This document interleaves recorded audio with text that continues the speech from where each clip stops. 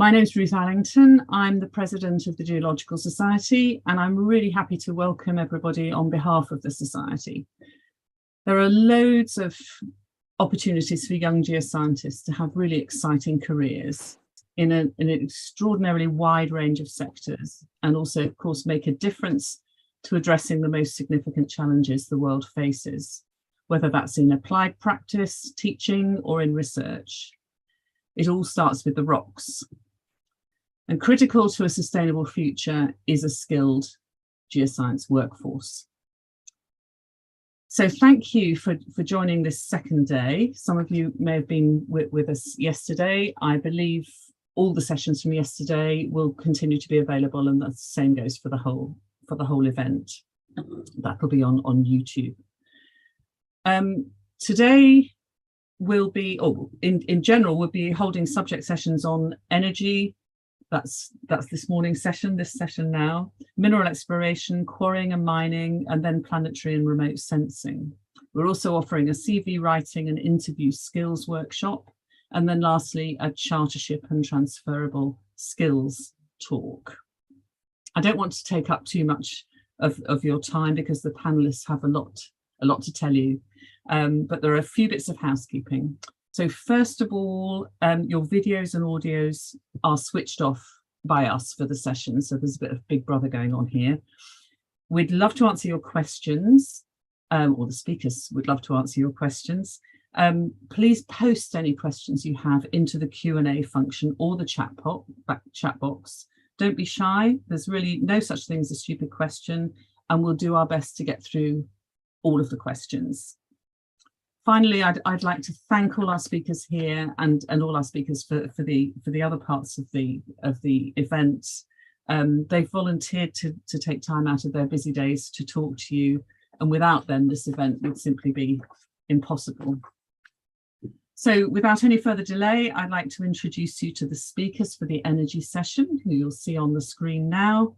We've got Hazel Farndale, Helen Smith, I've got that, yes, I have got that right, Emily Parsons and Gemma Sherwood, and they work in the energy sector and in related engineering. Hazel's going first, so Hazel, over to you. Wonderful, thank you, Ruth. I'll just share my screen, just have a few slides to show everyone. Right, hopefully that is now visible. So yeah, thank you so much for having me today. It's always a pleasure to be with the Geological Society, even if it's in spirit rather than in person. But as Ruth says, my name's Hazel Farndale.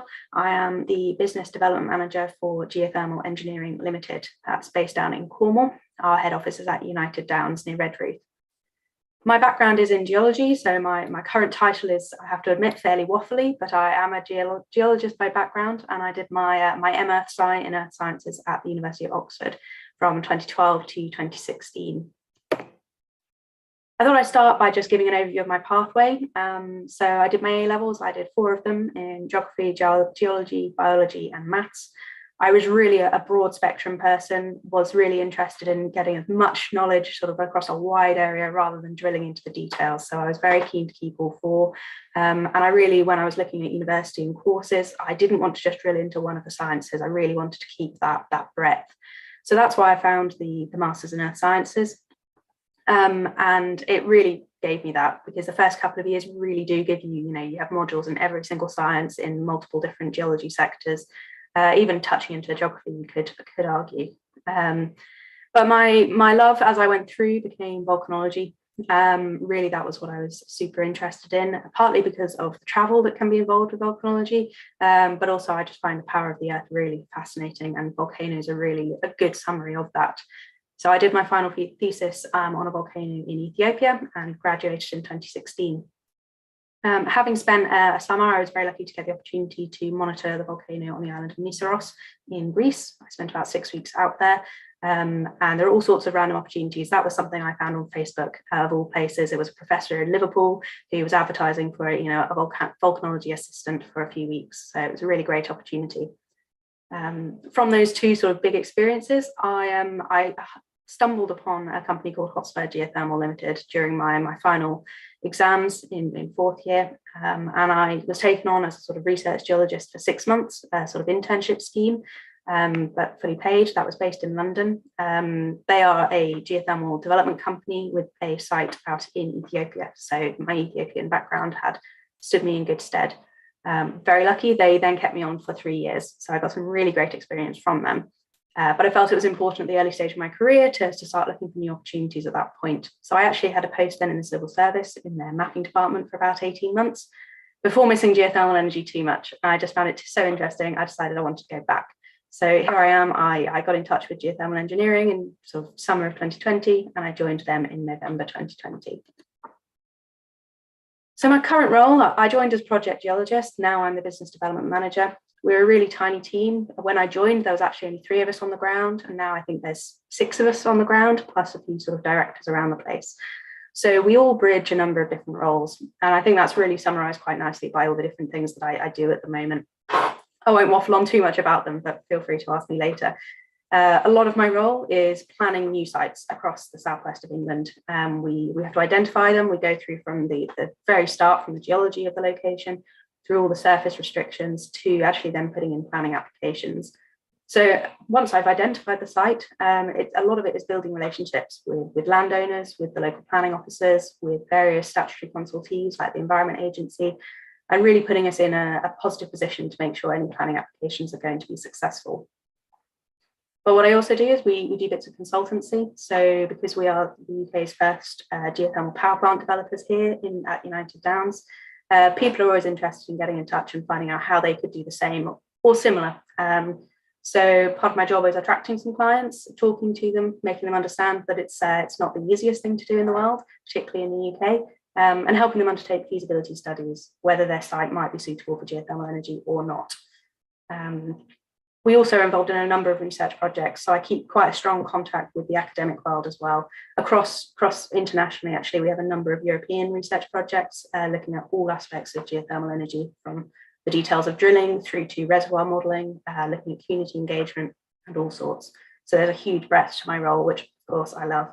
And really what's become the smallest part of my role is actually the technical reporting, the bit I was originally brought in to do, the sort of the subsurface reporting for our current site and then looking forward at future sites. So it still happens, I still sort of run the technical side, but it's a smaller and smaller part these days as we move into new sites. So what do I love and what do I find difficult? The rewards of being in a small team, I think, are quite substantial. It's something I've really valued throughout my career. Going from a small team at Hotspur to the civil service, thousands of people, and now back to another small team.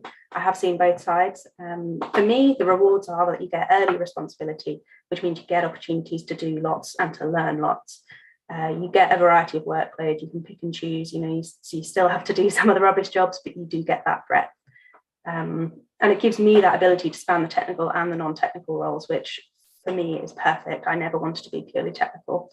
And I've got to work with a wide variety of people. So really that has kept me interested the whole time. Then in terms of the team itself as well, we're a very close-knit team, as you can imagine, only 6 of us on the ground. So you get that kind of family vibe, which is something I really like.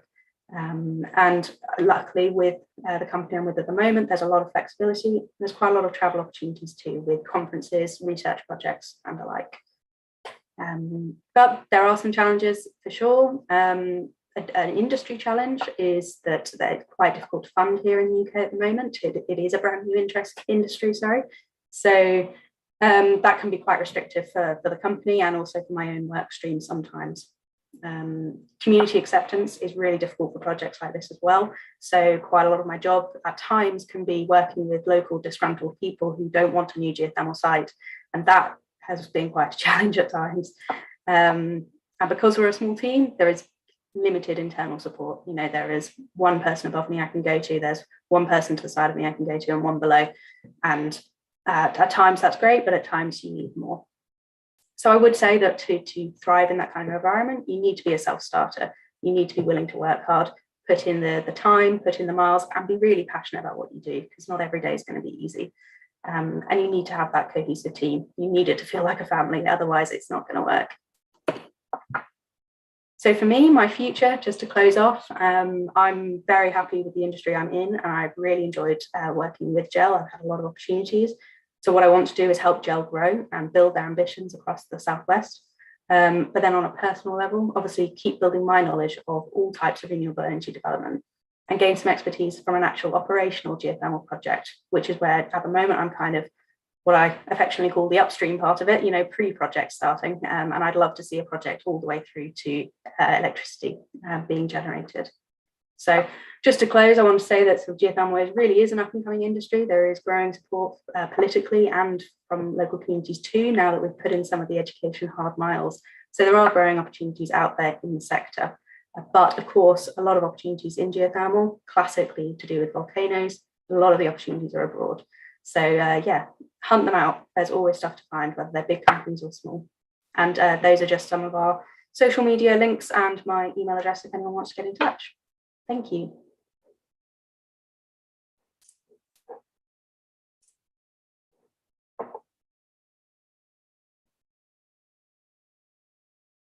Sorry, Becky, I think you're muted. I'm not sure. That's just me. Yeah, I am. Thank you, Hazel. That was great. And it's nice to hear kind of your experiences in both a small and a large organisation, and that there's potentially lots of growth in your sector. So I'd definitely look out for the opportunities. So next we have Helen. Are you ready to go, Helen? Yes, I am. Let me just share my screen. Okay, hopefully you can see my screen. Yeah. Yep. And can hear me. Great stuff. So welcome everyone to this careers talk session. It's a great pleasure to be here. It's one of the things that I like about my job, that I have the opportunity to engage with folks who are choosing which path to go on in their career. So today I am head of products for carbon abatement and Neftex at Landmark Halliburton. And for those of you who don't know what Halliburton is as an organization, we are a leading service provider for the energy field. So essentially today, most of our business is in oil and gas, but we are rapidly transitioning into renewables, carbon storage, etc. So I have been with Halliburton since 2014, and I'll show you a little bit about how I've got to my current position, which is in product management, and how that ties to geology. I started with an undergraduate degree at Queen's University in Belfast, and then I moved on to do my PhD at Royal Holloway. And the image that you can see on the right is some of the training opportunities and the diverse range of people I get to meet every day across what is a big corporation. So unlike what we've just heard, a small 6-people team, I'm part of an organization that has 58,000 employees. So there is always an opportunity to meet a range of diverse and talented folks. So how did I get where I am today? So obviously I started with a geology degree in Belfast, and I fell in love with fieldwork. And from there, I went to do my PhD and postdoc out at Southeast Asia Research Group at Royal Holloway, University of London. So I spent probably almost a year in the field in Indonesia, working on a basin behind a volcanic arc, and traveling extensively throughout Southeast Asia. So after I did that stint of field work, I went to join an organization called CASP, which provides frontier field work and data sets to the industry. And I worked there until around 2014. And then in 2014, I moved to a small consultancy organization called Neftex. And 2 weeks after I joined that geological consulting group, we were acquired by Halliburton. And I rapidly went from a very academic background into corporate America, essentially. So I started in Halliburton as a geologist. And because I had a strong academic background, I moved very quickly into heading up our global university outreach program. I wanted to come back into geology in around 2016, 2017. So I became responsible for the Neftex business, which essentially provides content and context of the subsurface to industry partners. From that, I became responsible for product management in the geology software for Landmark. So ensuring that our software enables our customers to be able to characterize the subsurface in the best possible way. And now recently I've just taken on a new role tied to the energy transition, which is around products that lead to the reduction of carbon. So I started very much deeply embedded in field work, and that core training of being a field geologist, of traveling the world, has really stood me in good stead, both in organization, in terms of managing small teams, and being self-sufficient.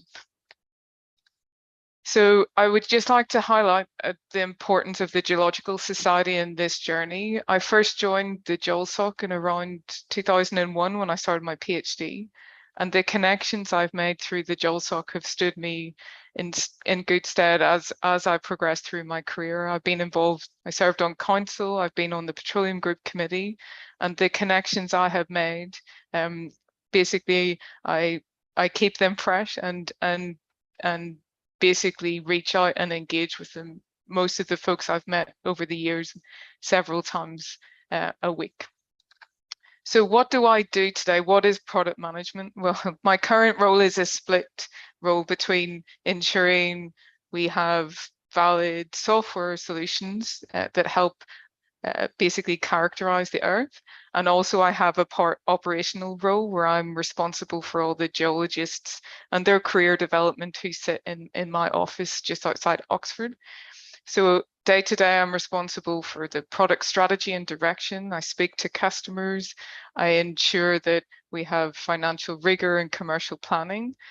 But all of this is underpinned by the understanding of geology and subsurface interpretation. Is the product that we're making, that we're trying to bring to market, tied to geological relevance? So you can see some of the images on the right here of the screen. This is some of our screenshots from the tools we're making to help model carbon plume migration post injection and carbon storage projects. So that's what I'm really engaged with at the minute. The things that I really enjoy best and where I get most pleasure at work are basically making the solutions that resolve the subsurface for our customers, really breaking down the silos operationally, and mentoring and coaching my team. So from my previous roles and all of the field work I've done, I was able to travel the world with my subject. Today, I visit the US for training. I travel occasionally to our regional and global head offices, and I have got customers in Norway and elsewhere who I visit on a regular cadence. So we really do get to travel with the geology background. So I won't talk any more around what I do day to day, but I would really like to point out the criticality of volunteering and serving within the community of geoscientists. It's got an excellent opportunity to build and maintain network. You learn a lot. Through the GeolSoc, I've been chairing sessions, I've spoken at events like this, convened conferences, and got to serve on council. Really great opportunities. And I would also flag that these are great ways of finding that network outside of work, and helping you hone those all-important organizational and communication skills. So the big question, what does the future hold? What are my hopes going forward? I believe geologists play a vital role in the energy transition. I think the term the geologists are the key workers of the planet still holds true, and we need to make sure we have a really strong talent pool to push forward. It's critical for energy security. Do we have enough energy to ensure that we don't fall into energy poverty traps? But that energy needs to be sustainable. A geologist will be required in every project, in hydrogen storage, carbon storage, geothermal projects, because it's all about understanding the earth essentially, and also to meet electrification goals. So as we move to battery power, and I know that you'll hear more about this later today, we need to make sure that we can source significant quantities of critical minerals.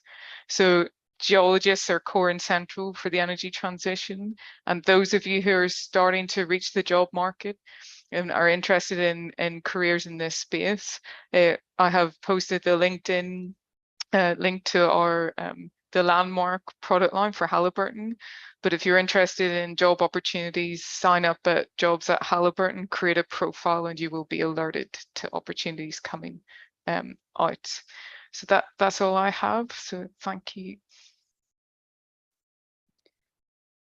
Thank you very much, Helen. That was fantastic. And you're right, it's absolutely critical.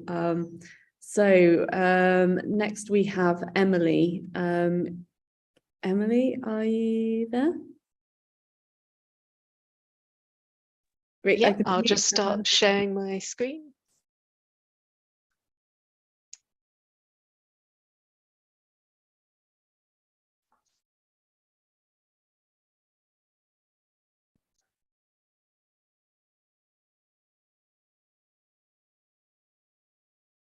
Okay, is that coming through? Yeah, you just need to go into presenter mode. It's on the underneath the Zoom bits, annoyingly. Sorry, one moment. If you can drag that bar away, you should be able to. Oh.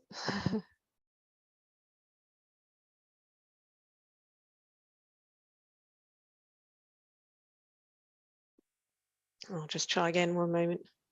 Okay.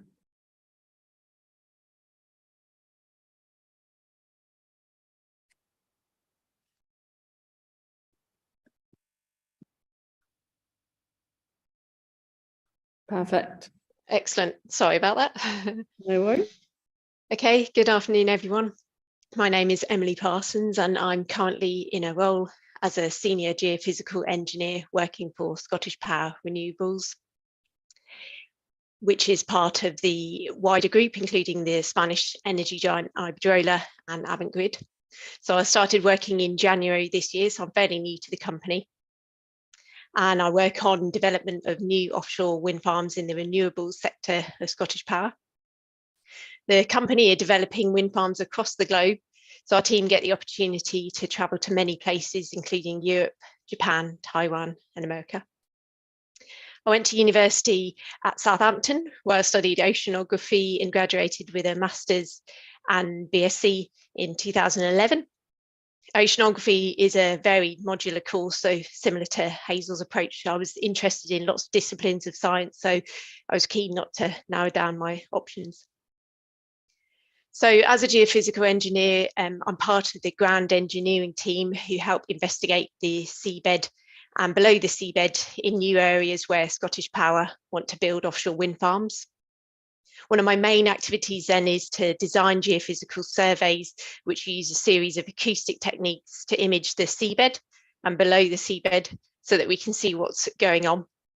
We then combine the geophysical data with other data, such as geotechnical data, which can include actual hard samples of below the ground, to create a digital model of the ground characteristics to help our engineers design the wind farms using the most suitable techniques and structures for the ground conditions.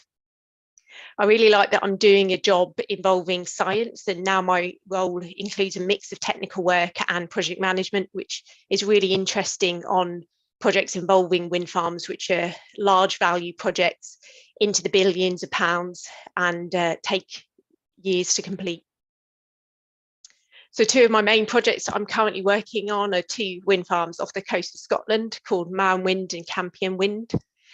These are planned to be very big floating offshore wind farm projects and may generate power equivalent to 9% and 13% each of UK homes. So this summer we started acquiring offshore geophysical surveys for the projects and found 5 new shipwrecks, which is obviously important for designing the wind turbine layout of the offshore wind farms. So before I started working at Scottish Power, as I said, I've not been there all that long. I worked for a geophysical survey company called Fugro for 10 years. Fugro regularly carry out some of the surveys that are required by Scottish Power. So it's handy to have that knowledge that's transferable. I started with Fugro in a sort of foot in the door job just after university, working in a marine taxonomy lab in Norfolk, and then I moved to Aberdeen as a trainee geophysicist, which was more suited to my university qualifications, and I progressed through the geophysicist ranks. As a geo, I worked in the office on geophysical data as well as offshore acquiring the geophysics on survey vessels. I then moved into the office full time in a role as a tendering project manager, which is essentially selling the offshore surveys that I was involved in as a geophysicist, and then on to where I am now, Scottish Power as an engineer. So working offshore for Fugro previously as a geophysicist, I spent cumulatively around 2 years at sea of my 8 years in total that I was a geophysicist. And I was lucky to visit many countries, including Netherlands, Latvia, and lots of work around Norway. Going offshore allowed me to learn about the many challenges that you face when you're actually acquiring the data. And it's been invaluable for progressing my career, particularly in my current role, where we're hiring these survey contractors such as Fugro to carry out surveys for the wind farms. Working offshore was a great experience. It can have its moments, but it's also given me many great memories. Personally, I think teamwork is essential for working offshore, and it can bring a great sense of achievement working together as a team. I also got lucky with a couple of trips offshore Brazil, Australia, and New Zealand, where I was able to cram in some travelling after my trips at sea was done. I'm hoping this is going to work. One of the key things I also learned was how to master seasickness in the Indian Ocean. I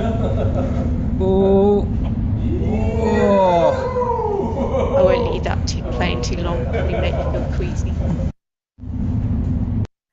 So what does the future hold? The wind industry is booming in order to meet the various targets that have been set by governments across the globe. And it's going to require a massive scale up of the services, contractors and suppliers and other supporting industries to meet the demands. And so as a result, there should be many jobs arising from this. Thank you very much.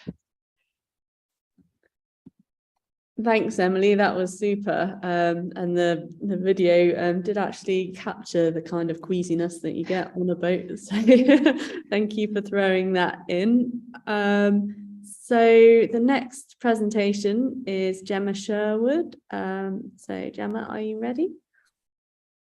Yes. Let's hope that this.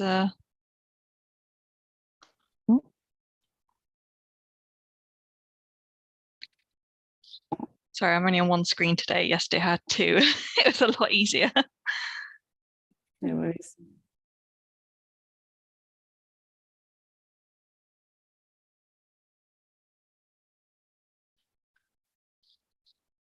Yeah, Can you see that? Yeah, it's not in full screen, but I can see it. There we go. Perfect. Brilliant. I'm sorry if it's a bit noisy. I'm on a training course today. So hello, everyone. My name's Gemma Sherwood. I'm a geotechnical manager at EDF Energy, and I predominantly work at the new nuclear power stations we're building at Hinkley Point C in Somerset and Sizewell C in Suffolk. So it says that I've got a undergraduate MSci in geology from the University of Bristol, and I went on to do a geotechnical engineering master's, which I did part-time while I was working from Birmingham University. So just a little bit about my how I got here. My timeline, I left school with 3 A levels in geography, biology and chemistry, and also an odd one, which is art. So I'm an advocate of doing what you love. So you have to love your career. If you don't love your career, you're going to be doing it for the rest of your life. You've got to enjoy it. So these were subjects I absolutely loved. Not necessarily my best subjects. I mean, chemistry, could be a bit iffy sometimes, but I absolutely love physical geography. It was a real passion, and I'd never heard of geology until one of my teachers flippantly mentioned it as I couldn't decide what to do at university. And yeah, a teacher said, well, Gemma, if you love physical geography so much, why don't you just go on to do geology? And it wasn't until I actually started looking at the prospectus for different universities and looked at the modules, I realized how much it suited me down to a T, and suited my background and suited what I loved. So I went on to do, as I said, an undergraduate master's at University of Bristol. And I did a lot of summer placements.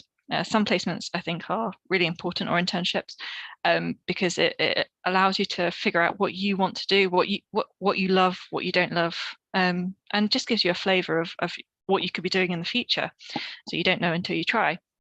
So first of all, I worked on a volcano in Mexico for a month, which was absolutely amazing. Absolutely loved it. I really loved volcanology when I was at university, and I thought that was my career path. I thought I'd be doing a PhD, and I'd and that was where my career was going to lead. But actually, even though I loved doing the field work, I loved being in Mexico, and I loved everything about it, I couldn't actually see a career for me. So then I thought, well, I still think I want to do some research, PhD wise. And so I started doing some research in the lab at the University of Bristol for a summer. And I realized actually, maybe I couldn't get on with how slow the process was. And I found it a bit boring personally, but I just realized it wasn't for me. So then I did some summer work at a small ground investigation company in Bristol, which obviously where I was living, called Structural Soils. I wrote to them. I just said, do you mind if I come and do a summer placement? I worked with them for a few weeks, and even though I found it a massive challenge because it was so different from anything that I'd ever done before, it was a fantastic opportunity. And after I graduated, I contacted them. They didn't have any jobs advertised, but I sort of said, I want to come and work from you. And that's how I started my career. So I worked with Structural Soils for 2 years, and as I said, they're a ground investigation contractor. So we were using drilling rigs to find out what the ground conditions were like for buildings, for nuclear power stations, for roads, for everything. Basically, it's one of the main ways to figure out what's beneath the ground surface. And it was one of the best things I ever did in my career. Basically, I learned so much about myself. I developed so many different skills, and I had so many different training opportunities. And I still use all of that information, all of that knowledge today. I then decided that I wanted to move back into more technical roles. So I moved to a geotechnical consultant called Atkins, who I was with for 6 years. And during this time, I developed my technical knowledge. So I gained my chartership with the Geological Society, and I completed my part-time master's in geotechnical engineering, which Atkins actually funded. Once again, it was a fantastic experience, but I was probably one of the few people who actually spent that much time on site, because I still loved site work so much. So I decided, even though I loved the technical challenges in the office, I was still more site-based. And when I went to work on the project at Hinkley Point C, I was seconded in. I realized that was my calling, and I actually moved to EDF Energy while working on that project. And they were the client. So I've developed all the way through from contractor, consultant to client. And yes, I've been on HPC for, since 2016. I joined in 2018 to EDF. It's one of the largest construction sites in Europe, one of the most expensive projects ever built, over £23 billion. Is going to power 6 million homes, provide 7% of the UK's energy needs. And once it's, I'm still doing technical, geotechnical work, but also involving a lot more managerial work as well. And I've actually just spent the last 2 years in France doing a secondment, working in their technical office. So day to day, I manage, or I've been writing technical specifications. These are basically how do you construct the beginning and parts of your nuclear power station. If you can see from this image, in the photo, we've got all of these really high vertical slopes. These are over 30 meters deep. All of these need to be excavated, supported, and then we're putting a nuclear power station here. You need to have the records. You need to have what we're putting our nuclear power station on. So we've got to map and log all of the foundations for these. And then we have a lot of challenges as well, because just because your designers say we want to put vertical slopes here doesn't necessarily mean that the geology will like having vertical slopes there. So it's coming up with all the design solutions to make sure that you can actually build what your designers want you to build. And then we've got to monitor these slopes and make sure they basically don't fall down. So one of the best things that I like about this is the variety of work. I spend a lot of my time out on site, but I also spend some time in the office. If I spend too much time in the office, I do get a bit twitchy. So I do like variety. And there are so many opportunities to travel. In geoscience in general, taking geology degrees, I mean, even at university, I mean, I spent time, we went to Greece, we went to Cyprus, we went to Arran. we traveled all over just for my geology degree, and then since then I have been keeping that up as part of my career as well. So what's helpful in my role? Well, good grounding in geological fieldwork, but it's not for everyone. I've worked with people that don't enjoy fieldwork, so it's definitely you choose which bits of the job that you enjoy the most, and you can carry that out in your career. I've had a wide range of experience in different geotechnical specialities, so I haven't got like a niche. I've spread out, and I've learned so many different things, and I've been exposed to so many different types of training. For example, I've got my speedboat license because we had to get out to some of the jack-up barges to drill some boreholes. I can fly out to the North Sea to go out on helicopters because I did the training where they dunk you in a helicopter and spin you around and around. There is so many training opportunities, and you can just find the areas that you enjoy the most and stick with it.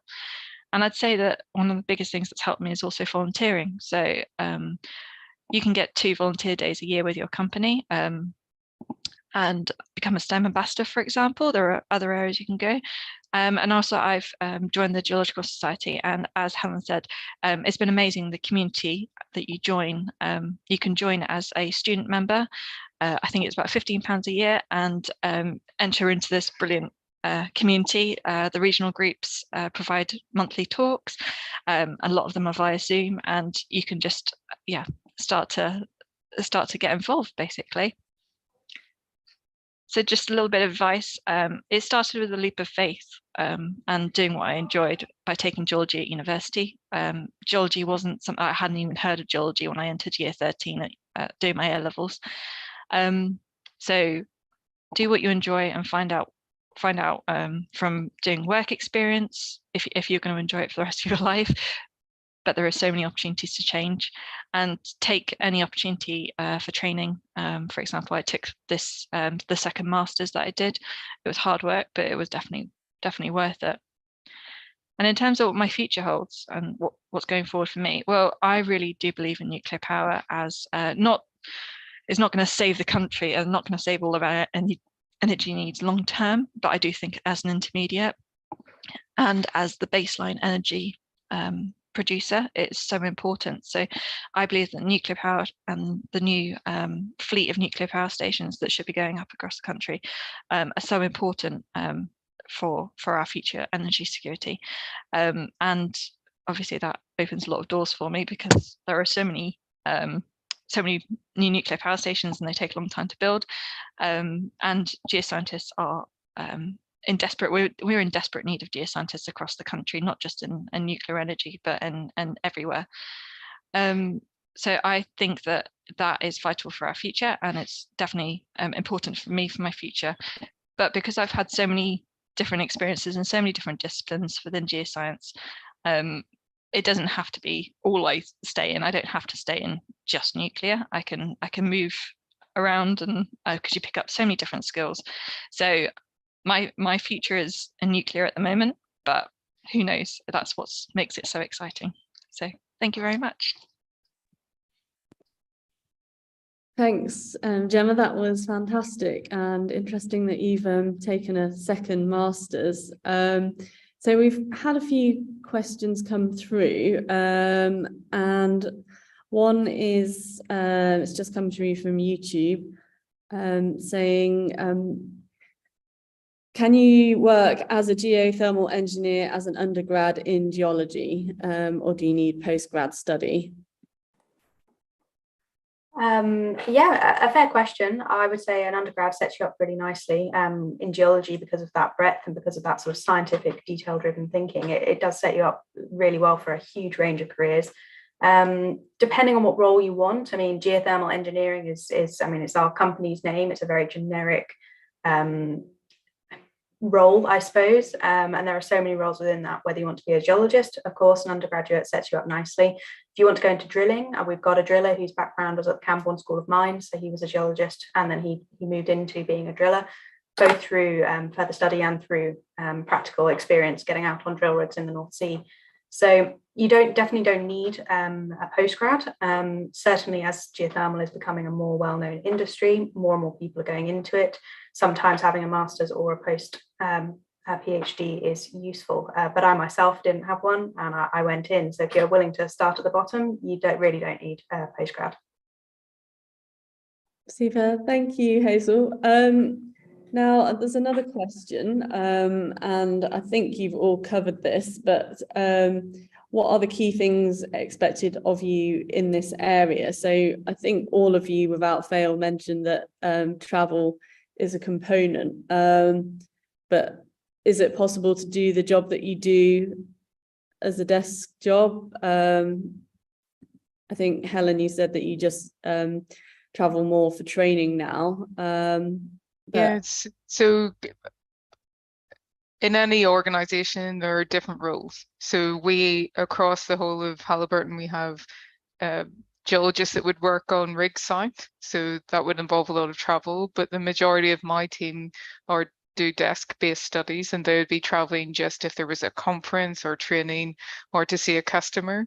So it really depends which area of the industry you want to go into. If it's mud logging or interpreting cuttings as they come up from downhole, then obviously a large component of the time was required on site. You know, in my early career, I did a lot of field work. You know, I spent several years in the field over the course of a decade.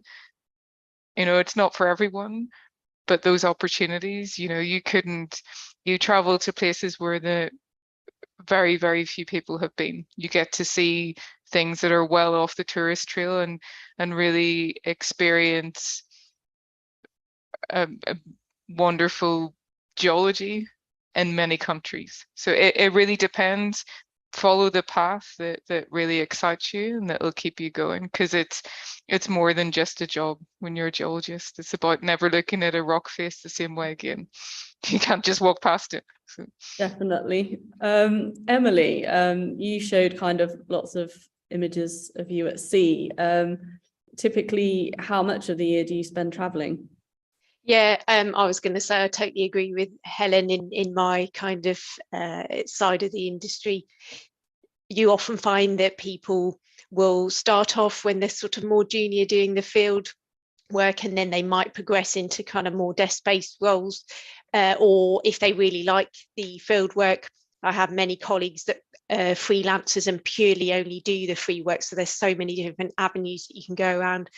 Back when I started, when I was going offshore, I was going offshore for 1 month at a time, 3 times a year. And as you become more senior, you can kind of schedule that to fit you as you get higher up the pecking order, as it were. And now I've not been offshore since 2019, I think, because I moved into a desk-based role, and then in my new role working for Scottish Power, it's more sort of sparse and much shorter trips where you would be visiting site to see how things are going. So probably at the absolute most for a week if it was further afield, but it's more likely to be a couple of days and less likely to be, full offshore trips. That's great. Thanks, Emily. We've run out of time, so unfortunately we'll have to wrap up. There is a question specifically for you, Emily in the Q&A box. So if you wouldn't mind just typing a response to Teddy. I'm afraid I'm going to have to wrap this session up. So thank you to you all for wonderful presentations.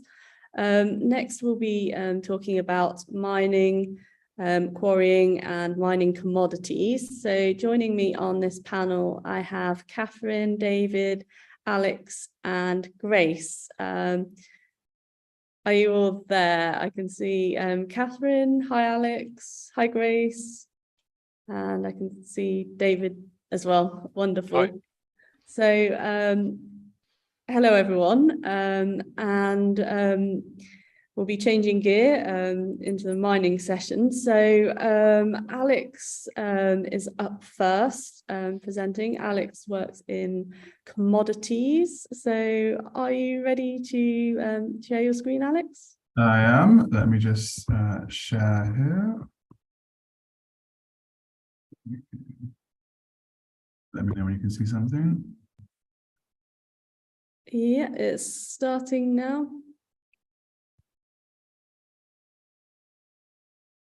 Can you see that?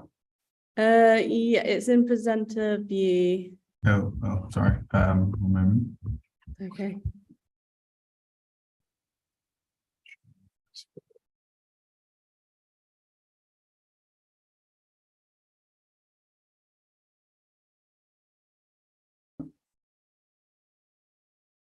Perfect. Yeah. Excellent. Okay. Yeah. Ready to start. Okay. So, hello everyone. Yeah, my name is Alex Christopher. So, as Becky said, I am currently well, I work in commodities, but I'm currently a multi-commodity analyst at CRU International. CRU International, or CRU Group, is a mining intelligence, a business intelligence business focused on mining, fertilizers, and metals. Based here in London. It's a global business. There are offices I think in 12 cities worldwide, in all the kind of classic mining destinations. Before that, I have experience as an exploration geologist. So I did that for roughly around 3 years, working across the world, which we'll get into shortly.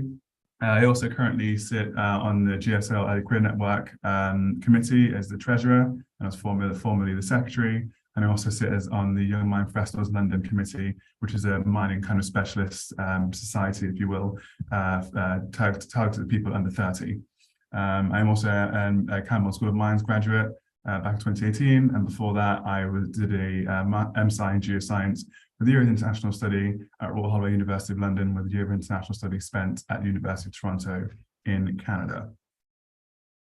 So my former job, so exploration geologist. So I think this is a term that often, is looked upon maybe in a kind of glamorous way. And I'd like to confirm that, yeah, there's a lot of travel involved, and you get to see a lot of things across the world and visit a lot of communities that you otherwise wouldn't have. The job itself has 3 main elements, but there are more. So research. So we were looking for a multitude of different metals. So off the top of my head, gold, silver, copper, lithium, cobalt. And obviously, before you actually get into the actual mining, which obviously comes further down the line, there's a lot of kind of research to do first. This can include looking at historical records. This obviously then also includes collecting data from the field, be it soil samples, river samples, etc. And eventually you get to the drilling stage, and that kind of goes on then to what you'd conceive as a mine years down the line. Community engagement was very important as well. So I think this is a side that the mining industry has gotten better at. I wouldn't say it's the best now, but it's something that is improving. This is a very important part of what we did, because we were often in jurisdictions where mining may have been historic, but it hadn't been for quite a while. So there's a lot of conversation to have there with local people on what it means, and obviously how you respect their local customs and things like that. And obviously field work. So the rocks themselves, obviously that's the kind of crux of the main thing. So moving on to my job now. So I spent the 3 years in the field, and then I decided to, as I call it, go from the field and jump behind a desk. This is something that I always wanted to do. I think being a geologist in the field has given me a good understanding of commodities on the ground, which has definitely helped me in the kind of almost slightly financial, I guess, world that I now work in. To give a flavour of my job at the moment, so as a multi-commodity analyst, I have to cover 38 commodities for one of our special partners, Fitch Ratings. So that includes obviously looking at market fundamentals, doing forecasts, things like that. Data analysis and insights obviously is the huge part of my job. So trying to look at cross-commodity trends. So for example, right now, I'm sure we're all aware, obviously with energy prices where they are, that's something that we look at on a regular basis, the implications of that for the wider economy and also then for the commodities markets. And obviously a lot of webinars and talks at different events, it involves that as well. Now, one key thing I wanted to focus on is a question I often get asked about, what I've done in the past and what I do now. What skills do I need, or what skills are core to your job? So data analysis, of course, particularly now, but even when I was a geologist, are quite important. And the kind of programs we're using. So we use less Excel now, but Excel skills, whatever kind of avenue you're in. So be it the geology side of things in the field, you're handling data, Excel is important there, and certainly what I'm doing now. I put in here Python, so if you know any coding, that's always helpful. There are many applications for that. QGIS, those aren't aware, that's a kind of GIS program. So when we're kind of looking at putting chemical data overlaying maps and things like that, that's important. iGas is a similar thing. On the other side here, I've got BMC here, which is a Bloomberg thing. That's obviously more relevant to the kind of financial side. That Bloomberg course itself, it is free of charge, I think, to an extent for students. But basically, what it does, it gives you the market fundamentals to understand things like GDP and things that you may not, come across in your general education. And other softwares that are important to the job, so for logistical reasons, so Salesforce, for example, Jira software, these are programs that kind of fit into that. And a key thing, I think, is communication. As I said, as a geologist, if I'm going into an area that I haven't been before, particularly as a kind of a foreign company, you need to respect the local customs and also have an engagement with local people so they understand what's going on, and also for their approval is frankly the main thing. And of course, the geological knowledge itself. Outside of work, this is something that I like to stress to students at this point. So it may be sometimes more difficult because I admit, and I think we'll probably talk about this later, that a lot of these networking events tend to be London-centric. And obviously, for myself, for example, I'm not from London. I am here now, but I'm from the Midlands. So I spent most of my kind of career time in the Midlands. So, the Geological Society puts things on, the Early Career Network, which I obviously, a committee I sit on, we try and put regional things on. But any of these key dedicated early career societies that you see around, have a look at the website, see what events there are. Many of them, not all, are free. Get yourself involved, because I think the earliest opportunity you have, you should definitely, take advantage of that, and that'll only help you going forward. Conferences, probably a different thing. I mean, it's probably a bit harder and sometimes it can be expensive, but there are some student dedicated ones. You could argue, obviously, what we're doing today is one of those examples. I think for me, that's probably a key point on that. Just get involved. And if anyone else contact me about anything that any of the societies that I'm working with are doing anything, please let me know. And this final slide here, because I'm aware of the time here. So my career path. So this is also a big question I get asked quite often. For example, working in the business I do now, I don't work in a business full of geologists. I don't work in a business full of people who necessarily have a geological background. However, the geological degree that I did obviously spans all the main sciences. Has definitely given me skills that have contributed to, I wouldn't say success at this point, but how well things have gone for me so far. So I said I started at Royal Holloway, went to University of Toronto, which is actually where I decided that I wanted to kind of pivot to mining. And then I did an internship after that. That was actually provided to me by Campbell School of Mines, University of Exeter. And then obviously then went on to be an exploration geologist working for the companies we see there and into the job that I'm in now. And I think a key question that I also get asked is obviously, why? Geology, as a thing, geoscience is a thing, very important. I think what happens often is that people think they have to go to the field. I've done that, I enjoyed that, that's not necessary. But if you do, you know, you're not stuck there, you can make the transition like I have, you know, myself, and it was a very smooth one, frankly. And I think for mining on that point, what I'll finish on, mining for me, the interest is that it is crucial, in my view, to a green future. It's something people don't talk about that often. But in order to, you know, to increase the amount of renewables, etc., there isn't enough recycled material in the world at this point, and the technology is not there for certain ones to kind of fuel that. So for me, that's my driving force. And thank you very much. And if anyone wants to get in touch, here are my details, and I'll pass on. Thank you very much. Thank you, Alex. That was a great presentation, and I'd like to echo kind of what you said about being involved with the Early Career Network and the GSL, because there's so many great opportunities there, and it's very cheap to be a student member, so I'd absolutely take advantage of it whilst you can. Next, I have Grace lined up to do a presentation. Hello, Grace. Are you ready to go? Hello, I am. Yes. Super. Just show your screen. Can we all see that? I can, yeah. It's not in presenter mode yet. Yeah, perfect. Oh, I've sent the game away anyway. You saw on my animation. Yeah. Awesome. Hi everyone. Yes, my name's Grace Howe, and I'm an exploration geologist. Alex has actually done a fantastic job of actually going through quite a lot of what I was going to talk about being an exploration geologist. But I'll go into a bit more detail because it's still something that I do, and it's been my profession now for nearly 4.5 years. So first of all, I'm going to go through my career and kind of how I ended up here. It's not really, I'm going to say, a little traditional path, as it were. But I kind of just wanted to show you that you don't have to go straight into a job. You can do other things in between, and if you're really passionate about something, you will get there eventually. So I actually have an MJOL from the University of Leicester. So for those of you who don't know what an MJOL is, it's an integrated master's, and actually something, I don't know whether you find this now, but some people when I was at uni debated whether an MSc was better than an MJOL or an MSci.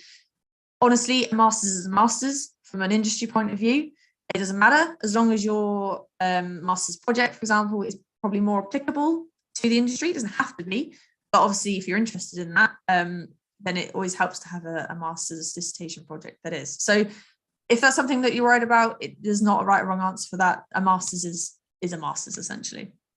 So when I left the University of Leicester, I did actually go and work for a group called Consolidated Nickel Mines. The reasoning behind that was because they actually funded my dissertation project, which was on nickel copper PGEs in southern Zambia. So there was actually a nickel mine there, and my master's project was actually some exploration around the mine site. So I was lucky enough to get a job out of that for about 6 months. In 2016. So for those who don't know, 2016, the industry was kind of picking up, but it wasn't fantastic. So jobs for exploration geologists were quite slim. So I took this opportunity when I could, but at the end of the day, the nickel price tanked. So no one wanted to do some exploration at the end of the day. So following that, I actually became a lab tech for the European Petrophysics Consortium for about, I think that's about 3 months, but I worked in Germany. It wasn't what I wanted to do, but I thought I get to go to Germany for a bit. That's quite cool. I can earn some money. And I still want to focus on being an exploration geo because that's where I wanted to go. So I did that for a bit. And then I actually went and did a ski season in Canada and trained to be a ski instructor because I thought, why not? The industry still wasn't getting any better. Jobs still a little bit more difficult to find. So I went and did that for a season. And then actually when I came back, I was lucky enough to get an internship with a group called Merian Global Investors. At the time, they were called, oh God, the name's completely gone out of my head now. Old Mutual investment group. So I was actually on a gold and silver investment desk. It was a very small desk, but they wanted a geologist to give them some tips. They basically wanted to invest in the exploration market. And they didn't really know much geology. They had a mining engineer, but not a geologist. So that was really good fun. I did that for a summer. I learned a lot about the finance side of the industry. It was a great insight and a great time. But at the end of that, I still wanted to be an exploration geologist. My heart was still in it. So I kept going. I had an internship from them with Alta Strategies for a little bit, who are based in Oxfordshire, for those of you who don't know. And they are a project generator. But for those of you who don't know what that is, essentially, they have lots of different projects around the world, but they do have exploration geologists, in-house geologists who go to those sites and work there. So I did that for a couple of months. And then eventually I ended up at SLK Exploration, which is where I spent the majority of my career and have loved it. So for those of you who don't know, SRK is actually a consultancy. It's a global consultancy.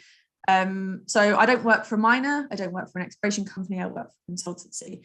And I just wanted to make you aware really of what, well, not just what consultancy to do, but what other jobs there are in the mining sector. So I'm talking about exploration geology, but actually there's all these other technical subjects that exist in the mining sector, and particularly in consulting. So you've got mineral exploration, which is what I do. You have evaluation, which is again, which is more financial based, due diligence work.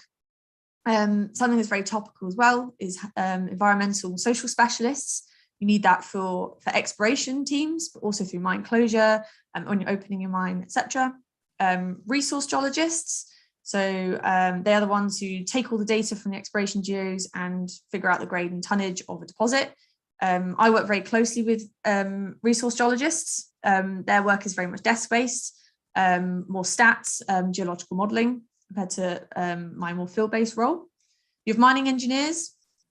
Water management is huge. It always will be huge. Always need hydro experts, geotechnical experts, mine waste management, metallurgy and processing, which will become, well, there's already a skill shortage in that, but that'll be more and more prevalent as the need for battery metals increases, and particularly trying to extract battery metals from more tricky deposits where that processing hasn't been done before. So if you want to be a mineral processing engineer, now is a fantastic time to go into that. And also civil and structural engineering. Again, you're constructing a mine. So I'm not trying to sell you SLK, but I'm just trying to demonstrate that actually the mining sector, there's a huge amount of roles you can do in it. There's not just exploration geo and being a mining geologist. There's all these things in between that always need keen and skilled people to do work in there. Okay, so I'll briefly run through kind of the skills and things that you need and things that you learn as an exploration geologist. You don't learn everything at university, so don't panic. So I'm just going to run through some of the transferable skills you do learn at university and the things that you will learn if you go into this job. So geological mapping, XRF work, if you've ever worked with a portable XRF. This is something that I did do at university, actually. This is me in Zambia. But again, you learn that in the field. You obviously have to do rock descriptions. You still have to understand what you're looking at. You learn that at university through mapping, etc.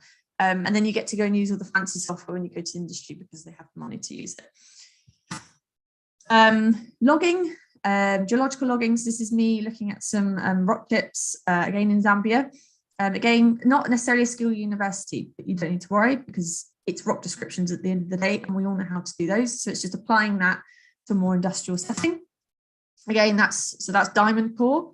It's me in Egypt. Very glamorous table. As Alex did mention, it's not. It can be. It's not the most glamorous job, but it can be very exciting. And so that's some geological logging there. Again, rock descriptions basically. Mapping is a huge part of what we do. So it's, don't ever think, I'm never going to do this again. If you want to be a field geologist, is exactly what you'll be doing. So that is actually me in Norway, mapping a layered intrusion. Geological modelling. So again, as Alex mentioned, Python coding, GIS software, all these skill sets is something that if you've got beforehand and you know how to do it, it makes your life even easier. But it's definitely something that I do a huge amount of on a day-to-day basis, particularly geological modelling. This is a software called Leapfrog. If any of you are familiar, something similar is also Micromine software.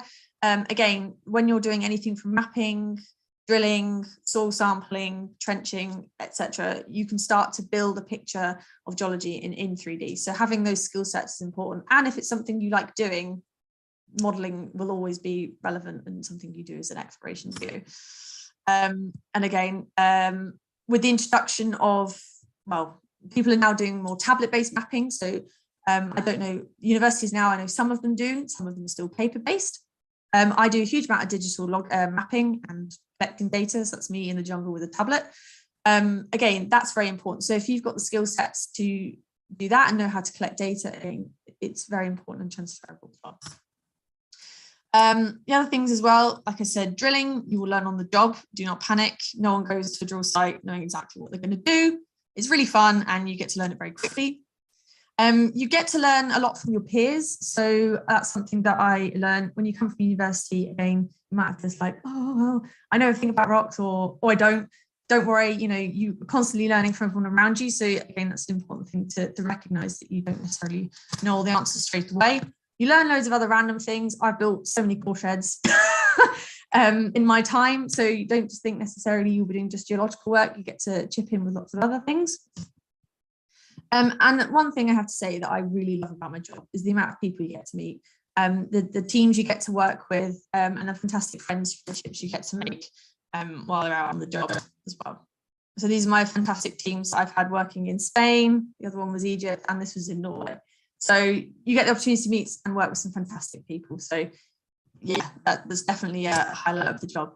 And now to kind of maybe over glamorize it a bit, but show you the fun bits as well. As Alex saying, you get to go to some fantastic places, often in the middle of nowhere. You don't get to, where tourists don't go, but you sometimes get to be a little bit of a tourist as well. You get to take some nice photos, visit some temples, taking the views, and a camel or two. I was lucky enough to go whitewater rafting in Zambia following a stint as well. Also got to go and sit on top of the falls, chilling in a hot tub in Norway in one of our geologists' back garden. And then I was at a conference and I got to see the Burj Khalifa. So, oh yeah, and actually that was one as well. I went for Chimp Sanctuary in Liberia. So you do get to go and see all these wonderful places and fully take advantage of actually being there. So I'm sure you're all aware, we're in a bit of a climate emergency at the moment, and we need geologists. We always will, but we need them now more than ever. And actually we need geologists who care. I think that's the key point, is that for all of these wonderful technologies that we use day to day, so laptops, phones, anything electronic comes from a mine, but also the new green technologies, solar panels, electric cars, batteries, etc. So if you actually do care, you need to be in it to win it, as the saying goes.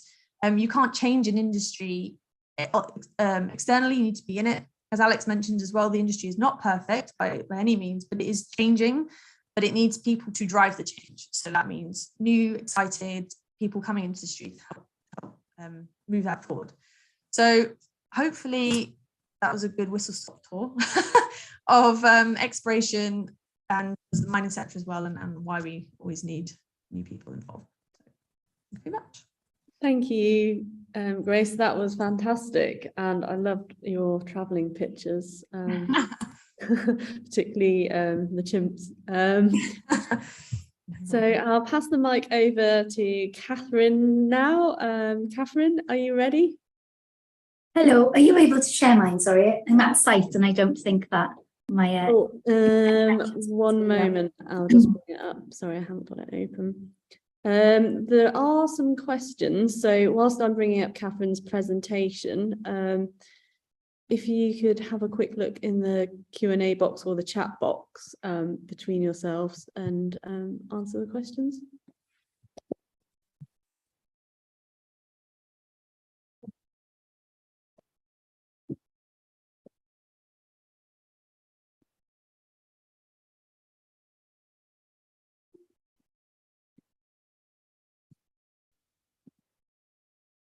I believe there's one question inquiring about mining companies in Scotland.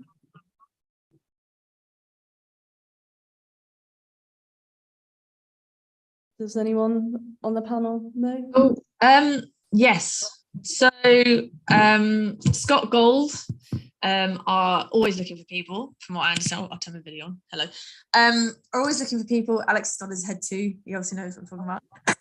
And actually, I know that they work quite a lot with Andrews University as well. So yes, if you want any contacts in Scott Gold, feel free to reach out. Equally, I've seen Alex has also got some contacts and some things he wants to share? Yeah, no, just to add to that, no, yeah, so Scott Gold was the one I was thinking of. In fact, one of our former interns here went back to the field to join Scott Gold well, 6-7 months ago now.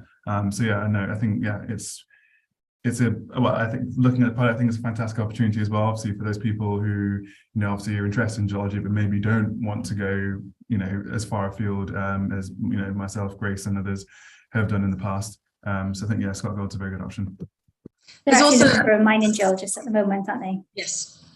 Yeah, and there's a big women's team there. Yes. Yeah, which is fantastic. And actually, there are a few exploration companies, which I can't remember off the top of my head. They're actually also working in Scotland. So that would be worth sort of researching as well. And if I remember the names of the groups, I can ping that through to Becky. Maybe she can pass it on. But yes, Scotland, so don't fear. Thank you. Right. Oh, is that the right one? I thought it's not the right one. It's my old one. I've sent you the wrong one, have I? That's the only one that I have, I think.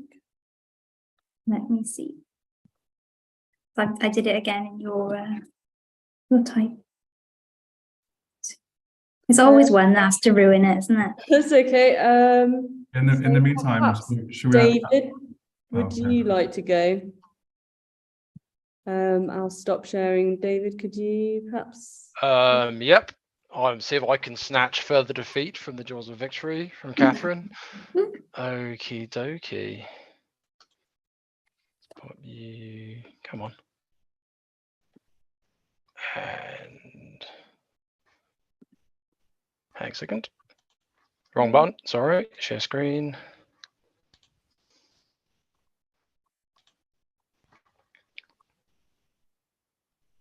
Okay. Can you guys see that? I can. Yeah, it looks great. Perfect. So I can see you guys as well. So I'm Dave Meredith. I'm actually an engineering geologist and geotechnical engineer. So I'm sort of the definition of mining adjacent as opposed to actual mining. And I currently work for a company called Hydrock, who are a multi-disc consultancy down sort of countrywide.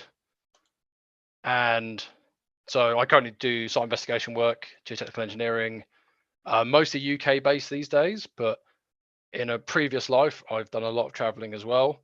And I'll get on to how this relates to mining in a second. So I guess my timeline, I did a geology degree in Bristol in 2003, which was sort of a general geology degree. I went into the oil and gas industry very briefly and realized it wasn't for me, came back home and became a site investigation geologist for soil mechanics, who are now called Socotec, I believe, and worked on a lot of UK-based site investigation projects. Crossrail is probably the big one. So I've learned a lot of the basics of drilling, logging, soil descriptions, rock descriptions. 2009 was a challenging time for the industry in this country. So myself and a number of my peers fled to Western Australia. And I worked for another geotechnical site investigation company, but this time heavily involved in the mining industry. And I stayed there for 6 years. I'm now an Australian citizen. Came back home with a wife, did some freelance work for Network Rail, further site investigation, and then went back to university because I wanted to move into a design role and decided that a bit further education was a good idea, and did the Masters in Engineering Geology at Portsmouth, which I can highly recommend. It's a fantastic course. And then I moved into my current role at Hydrock. So the link for mining is, although in this country, site investigation is mostly building houses, tunnels, nuclear power station, as mentioned in sort of the previous session. Out in Western Australia, it was heavily involved in new mine sites and new mining infrastructure. So the two pictures you can see there are, one on the left is we are mapping what was the proposed route for a new heavy haul rail line from a new mine site to a new port. So that was 6 months of forward driving around the outback, looking for construction materials, sites for bridges, sites for culverts, rivers, etc. And the other picture is actually on That's near Pannawonica in northwestern Australia, which is it was a Rio Tinto iron ore mine, and we are supervising the construction of a new sort of earthworks area. A lot of the role up there was drilling. Got to use some significantly larger drill rigs than I used in the UK, and a lot of mapping. So, as previously mentioned, like mapping using GIS, using tablets is really important. As an engineering geologist, we were looking for different things to the actual exploration geologists. We were usually looking for sort of geohazards, areas of instability, poor ground conditions for foundations. That picture on the top right is a sinkhole, which was frustratingly adjacent to where they wanted to build a new crushing and screening plant, which is a very heavy piece of infrastructure. So we spent a lot of time understanding the ground conditions. There's some diamond core that's of zero economic interest, but significant geotechnical interest, given it's all calcareous and subject to dissolution. This is some sort of other aspects of sort of engineering geology that relate to mining. To the left is sort of a classic university stereo nets, which no doubt anyone who's done them has become incredibly frustrated with putting small pins into pieces of tracing paper. This is an electronic version. That's for a rock slope stability assessment. So in this country, it might be for cliffs, for rail embankments. Out there, it was for mining slopes. And the other sheet is classifying materials for the construction of a new railway. So we would go out and investigate areas of the bush and see if they could be used to build new railways and roads. In this country, now, we're mostly involved in sort of data centers, prisons, construction. And although mining has a habit of popping up again, that's just a picture of some sort of settlement analysis. So although there's not as much active mining in the UK, and forgive me from the actual experts if I misspeak here, there's a huge legacy of historic mining, which causes all kinds of problems for us who work in infrastructure. In the south of England, where I live, there's a lot of historic chalk mines across the South Downs and the Chilterns that can cause collapses, just problems for housing developments. We do a lot of work in the Midlands, the north, around Bristol, West Country, with former coal measures. That left is a top of a pit that was shaft that was uncovered during a housing investigation. And to the right is the historical logging for some of the Midlands coal measures that we quite extensively use. And so from our perspective, we're starting to use an awful lot more remote sensing, remote imaging to sort of hybridize field work. We use a lot of aerial imagery and LiDAR to carry out mapping exercises. The rock slope stability thing I showed previously, using laser scanners, we can pick up a vast amount of data from rock faces without actually having to approach them, which in the mining environment, health and safety is very critical. So approaching rock faces was always something they were a little bit excited about. And I guess we do an awful lot of work towards reuse of construction materials to build new things. So crushing old buildings to use as fill. And a lot of the geology we did in Australia to use, like understanding how to use non-typical materials transfers really well into using, I guess there it was natural materials. Here we use a lot of like anthropogenic materials that we sort of repurpose and reuse. And that slide's in the wrong place. I put this in just because it's cool, sorry. So that is a drill and blast thing at Mount Wellback in Western Australia. So they're just blowing up the mine to extract more ore. I want to go back. Sorry, I'm just going to play that one.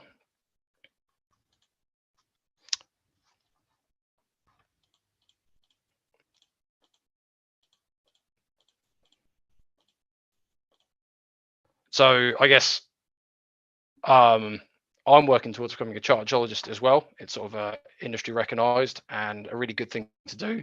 And I'm also a STEM ambassador. And I guess the company I work for, where there's a massive push to try and enthuse people into the geoscience industry. Because there's I can see I've been to some amazing places over the years and absolutely love my job. And it's sort of a big push from us. And I'm not going to show that again. Sorry, that is me finished, Becky. Sorry, a little bit rushed. No, thank you very much. That was great. I now have Catherine's correct slides, so I will bring those up 1 moment.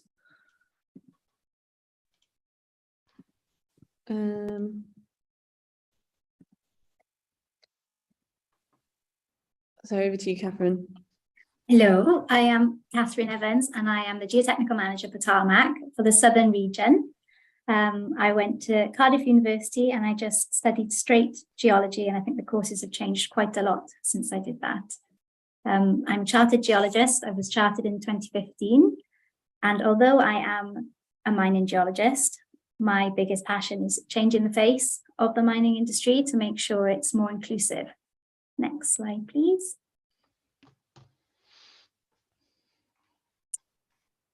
My current role is to help quarry managers achieve their regulations 30 to 38 of the Quarry Regs 1999. There's a lot of quarry regs, but these are the ones that I am particularly not so much in charge of, because it's for the quarry managers to be in charge of, but I help them to achieve them. I cover everything down there in the yellow highlight. That's my entire patch. It's quite a big patch, so there's lots of traveling. My travel is now internal. It's all inside this country. I don't go overseas anymore. But I think I've got between 25 and 30 different sites. Some of them are quarries, some of them are just stockyards, stockpiles, wharves. I get to see a lot of different things, and I get to meet a lot of different people. I cover sand and gravel and limestone, gritstone, different types of hard rock. And you can see some of the photos there. The site I'm actually on today is the ones at the bottom, where you've got two sets of people, the same people. Dolly here, it's one of my favorite sites. It's a really nice vibe here. And then the photograph above, you can see the pelvis. That's actually an Anglo-Saxon pelvis that's been taken out of a site, I think it's Sonning Quarry near Reading, and we do take out a lot of very interesting archaeological features. They get picked up, moved to museums, or kept somewhere in a cupboard. Next slide, please. The projects that I'm currently working on, they're all external. There's plenty of internal ones, but I wanted to talk more about my external ones. I am now on the committee for the Extractive Industry Geologist Conferences as the Inclusion Diversity Ambassador in a little team of us. I'm the co-chair of Tarmac's women's community, which is called Female Voice, and I'm also set up a network externally for women in heavy industry. This is called Bowes Brass, and that's our logo there. We're currently doing a PPE trial because we're trying to improve women's fit PPE, because without protective personal equipment, it's really difficult to do your job. Although it's supposed to be the last line of defense, if it doesn't fit you, it's actually creating more of an issue, more of a safety problem, and a lot of musculoskeletal issues that come from wearing shoes that are actually designed for men. So we are trying to increase women's standing in heavy industry. Next slide, please. I started out in the North Sea working as a mudlogger. I was only there for a year because I realized that was also not for me. After that, I spent a year working in the Netherlands, where I was volunteering in botanical gardens. And then I worked for councils for a short while that was teaching children about pingus and the last ice age. And it was in English and Dutch. So I was there just immersed in it. It was quite easy to pick up the language. Didn't have any work experience before I went into the job that I have now in mining. My first role was in an underground coal mine, which was as mad as it sounds. It was so much fun and such a lovely group. You can see there's a photo of me underground with 2 men at the bottom. It's getting my first Navy management PPE. That stuff was actually really good fit because it was made for me by some tailors. After that, then in 2012, they were making redundancies at the coal mines. So I was shipped out to one of the open casts in Canada. I spent a year and a half in Canada working on some very, very large open casts with some big machines. And it was very, very cold. And I actually found out that it's not freezes at -26, but apparently you're supposed to keep working until it's -40. So that was a different place to work. Next slide, please.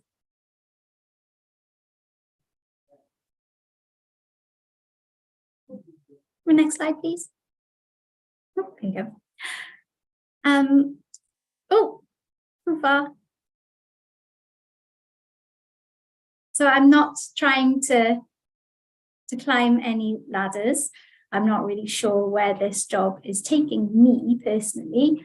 I'm really happy with what I do. It's changed a lot. I've had 2 children since I worked in tarmac, so I've changed as a person. The best part of the job to me is meeting different people and the people who I work with. As you see those photographs, there aren't actually that many pictures of rocks. I do like rocks, but I love people. I like to make it as happy a place as I can because we all work a lot better when we're all really happy, we're all supporting each other. I'm really passionate about leadership, about inclusion, about making this industry less male dominated, and making sure that women have the equity they need to achieve their full potential. And that's it, that's all I've got.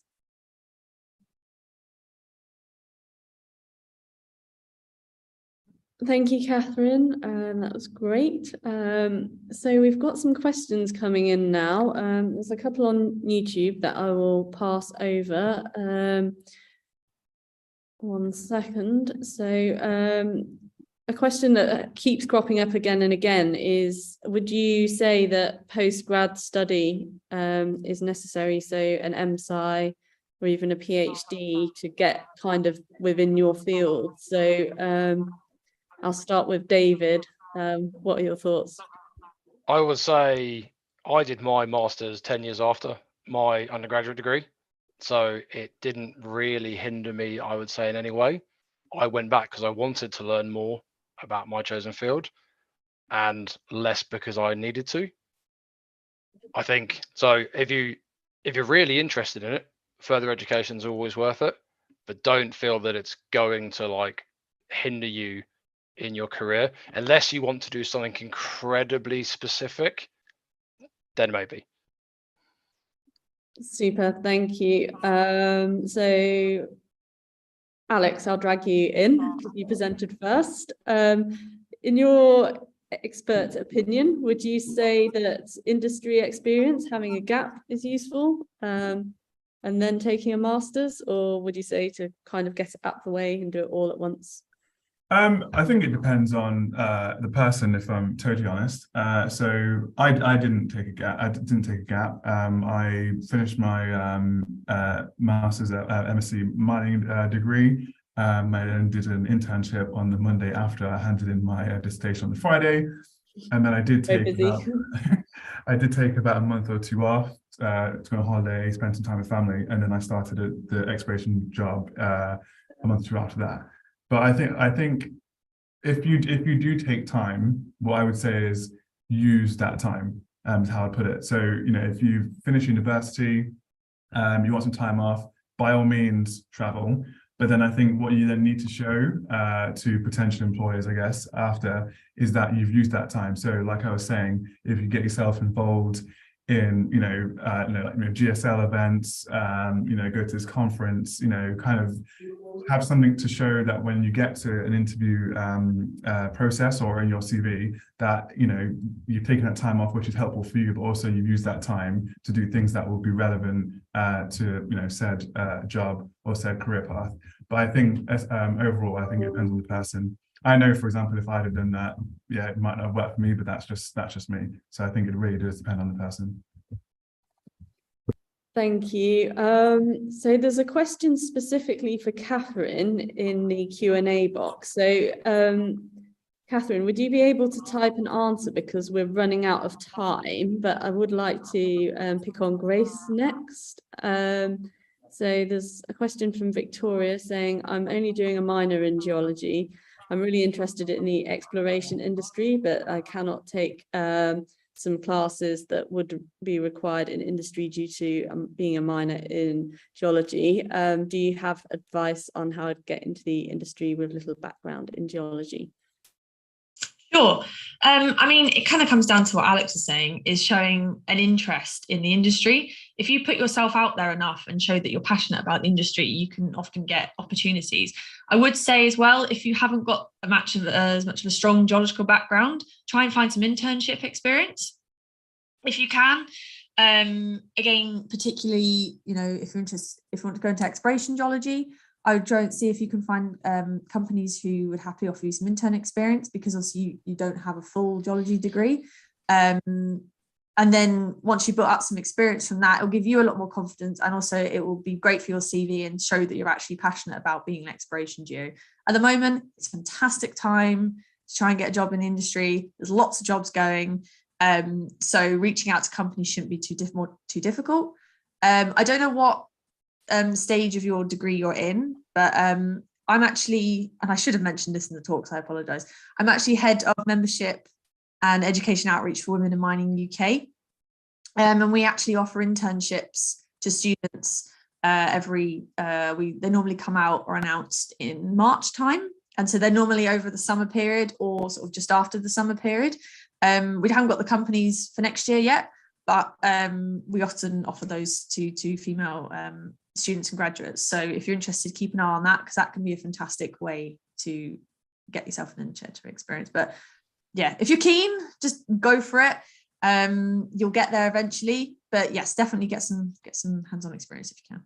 And I would say as well, research every company that you apply to and be passionate about them and what they do individually. I think an application like that always goes so much more kind of further than a generic, hello, I'm a geology undergrad student. You've got to show that you're interested in the work they do as much as talking about yourself. So I would kind of put that in there. We have actually come to the end of the session now, so there'll be a 12-minute break, and then we will be back with a new panel to discuss remote sensing and planetary geoscience. Thank you to David, Alex, Catherine and Grace for a fantastic session.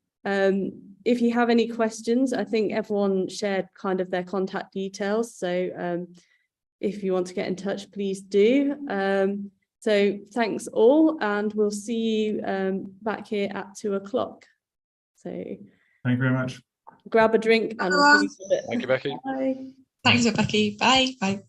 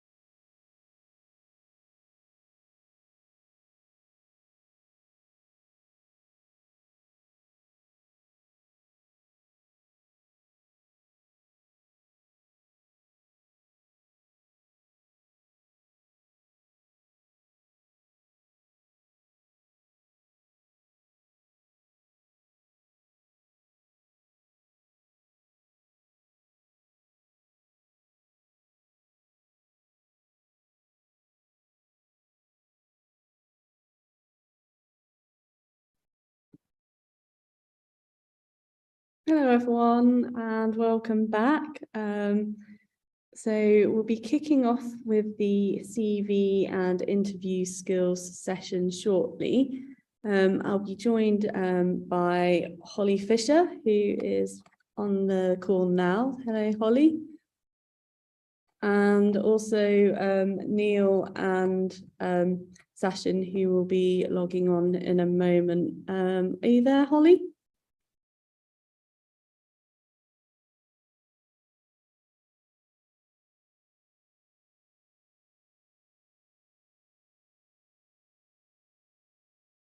Can you hear me, Holly?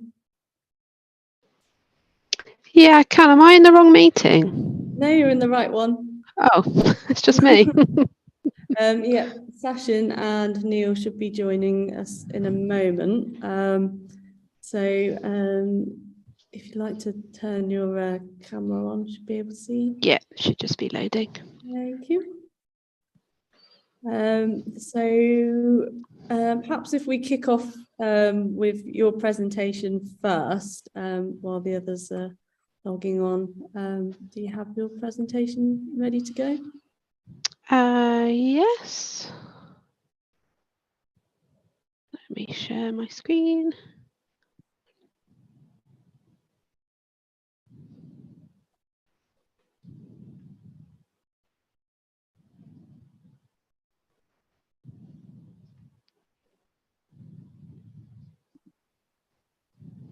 Oh. You see that? Yep, I can. Yep. Yeah, if you just press the hide button, that'd be super. Yeah. Oh, I can see Neil's connecting. Hi, Neil. Right, over to you, Holly. Fab, thank you. So my name's Holly Fisher. I'm a senior engineer and geologist with a company called Atkins. I have 2 degrees. I started off with an undergraduate in physical geography and geology at University of Plymouth, and then specialised by doing a master's in engineering geology at the University of Portsmouth. So my current role, yep, I'm a senior engineer and geologist. I'm also a chartered geologist. Engineering geologists are responsible for basically looking at the ground for construction projects, identifying the potential hazards on the site, kind of working out their risk, but also looking at opportunities. What can we take from the ground that we can reuse? Where can we make cost savings? And then we're also involved with things such as foundation optioneering and design, earthworks, and so on and so forth. I work for a company called Atkins, and we are an international engineering consultancy. So we work all over the UK providing consultancy and designer expertise in a huge number of engineering type projects. We're also involved with expert witness. So when something goes wrong, what went wrong, who was to blame, and what would be our kind of recommendations there. So my role's split between being on site and in the office. When I'm on site, it's quite often following a design of a ground investigation or undertaking a walkover, and then we would be supervising the ground investigation, looking at what is actually coming out of the ground. Do we need to move any holes or target anything else? What's the soil doing? How is that going to affect our project? And more recently as well, I'm getting involved with more of the construction side as well. So is what we are finding during the construction is what we were expecting based off of our kind of ground investigation and all of that interpretation that we'd done beforehand.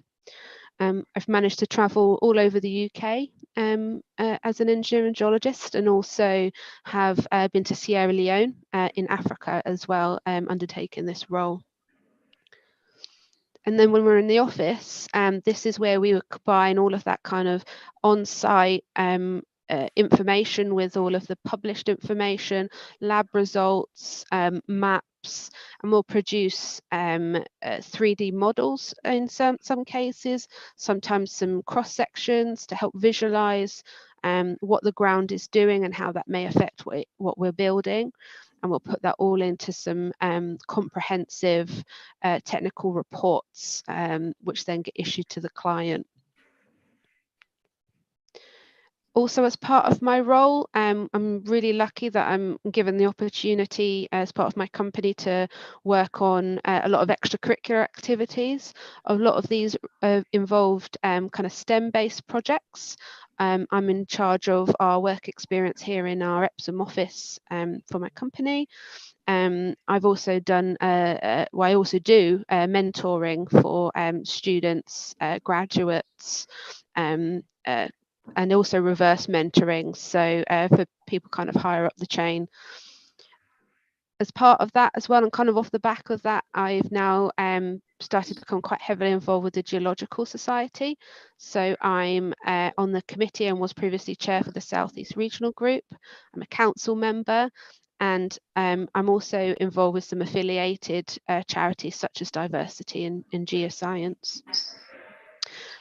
So I bring up extracurricular activities because actually these are really good talking points, particularly when it comes to interviews, which I'll talk about a bit further on. Hopefully this works. Oh no, this was supposed to be a video. So my current projects, naturally I've kind of headed towards more water-based projects, and I'm working on a number of reservoirs across the UK. Some of them are brand new reservoirs being constructed, which is what this video was going to show. This is in Havant down in Portsmouth, and it's the first reservoir to be built in the UK in over 30 years. So it's a nationally important project, and it's going to provide some strategic water sources for the southeast.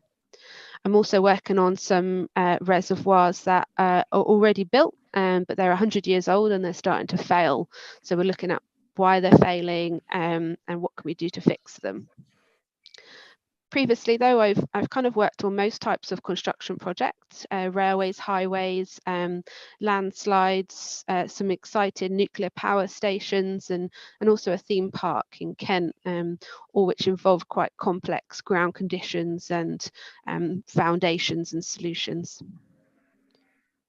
So how did I get here? Well, in 2009, I did my my undergraduate, but before that, I was quite heavily involved with Sea Cadets, and I also undertook my Silver Duke of Edinburgh Award. Again, I'm bringing this up because all of these extracurricular activities are really good conversation points within interviews, but also as points to make your CV stand out. Although not directly related to whatever job you're going for, they are a really good conversation piece.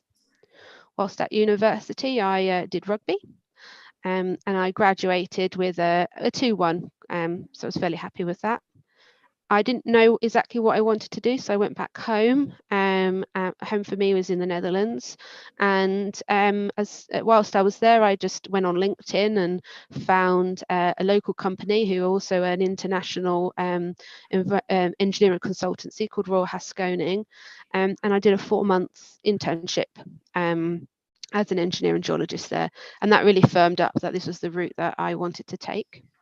So then I did a master's at Portsmouth, and whilst I was there, I worked at ASDA, and I joined straight off the bat as a graduate at Atkins. And I didn't go through our standard graduate scheme. I just applied for an engineering geology job, and they liked me, and so I got to join. And I've been with Atkins now for 8 years, and kind of off of that, I've won a few awards, including the Rising Star for the Ground Engineering Awards, and yeah, have gotten chartered and gotten involved with some societies. So in terms of interviews, so what I went through was the graduate scheme, but as I said, I didn't go through the standard process. I pretty much went straight to the technical interview and then did the graduate assessment centre. But our typical process is an online application, and that's basically outlined in your CV.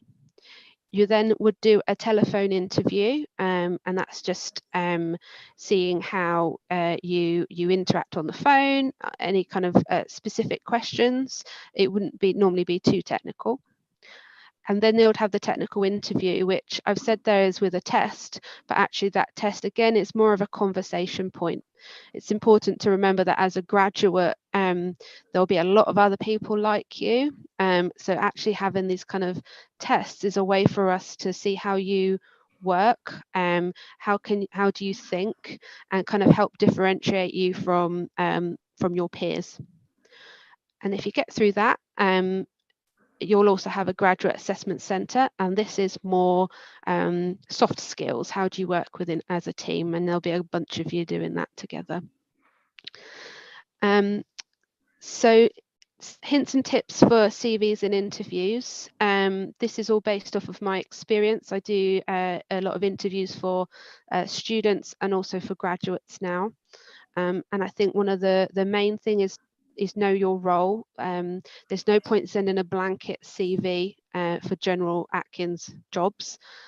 You're specifically applying for an engineer and geologist job, for instance. Make sure you know that role. What projects are we working for? What do you think you're expected to do? And ask questions about it. Ask about the role. Be short, concise, and relevant. So again, this is transferable for CVs and interviews. If you don't know the answer to something, don't waffle on, just say you don't know, and just give us the key bits of information. Particularly on your CVs, we could look at hundreds of them, so if they're 5 pages long, we won't read it, essentially. Be yourself, be open and honest, and it kind of leads on to the next one as well. Show passion and enthusiasm. So I say I didn't apply through the normal graduate scheme. I applied for a standard engineering geology job, which really I don't think I wasn't suitable for, but actually I showed a lot of passion for me, glacial geomorphology, which actually was a gap that we were having here in our office. And so actually they said, well, we want you, so join our team. So whether it's about your field of expertise, or you enjoy going out and hiking, as long as you show that passion and can talk about it, we can get a lot of information from that. Differentiate yourself. I've spoken a lot about some of the extracurricular stuff that I'm working on. These are the things that are really going to make you stand out. But if you can, try and relate it to the job role. Saying that you like football is great, but what you want to be, those transferable skills that you want to be talking about are working as a team, for instance.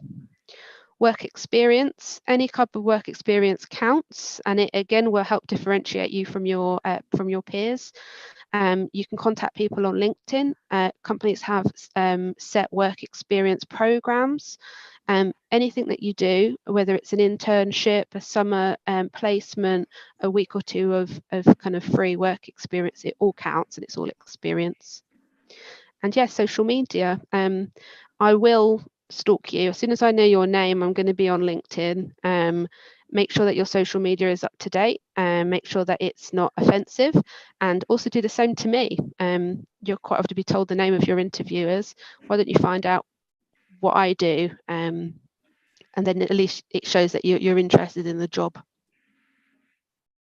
And for me, what does the future hold? Well, I'm doing more construction supervision now, and I'm actually getting to see this this new reservoir being built, which is a fantastic opportunity to me.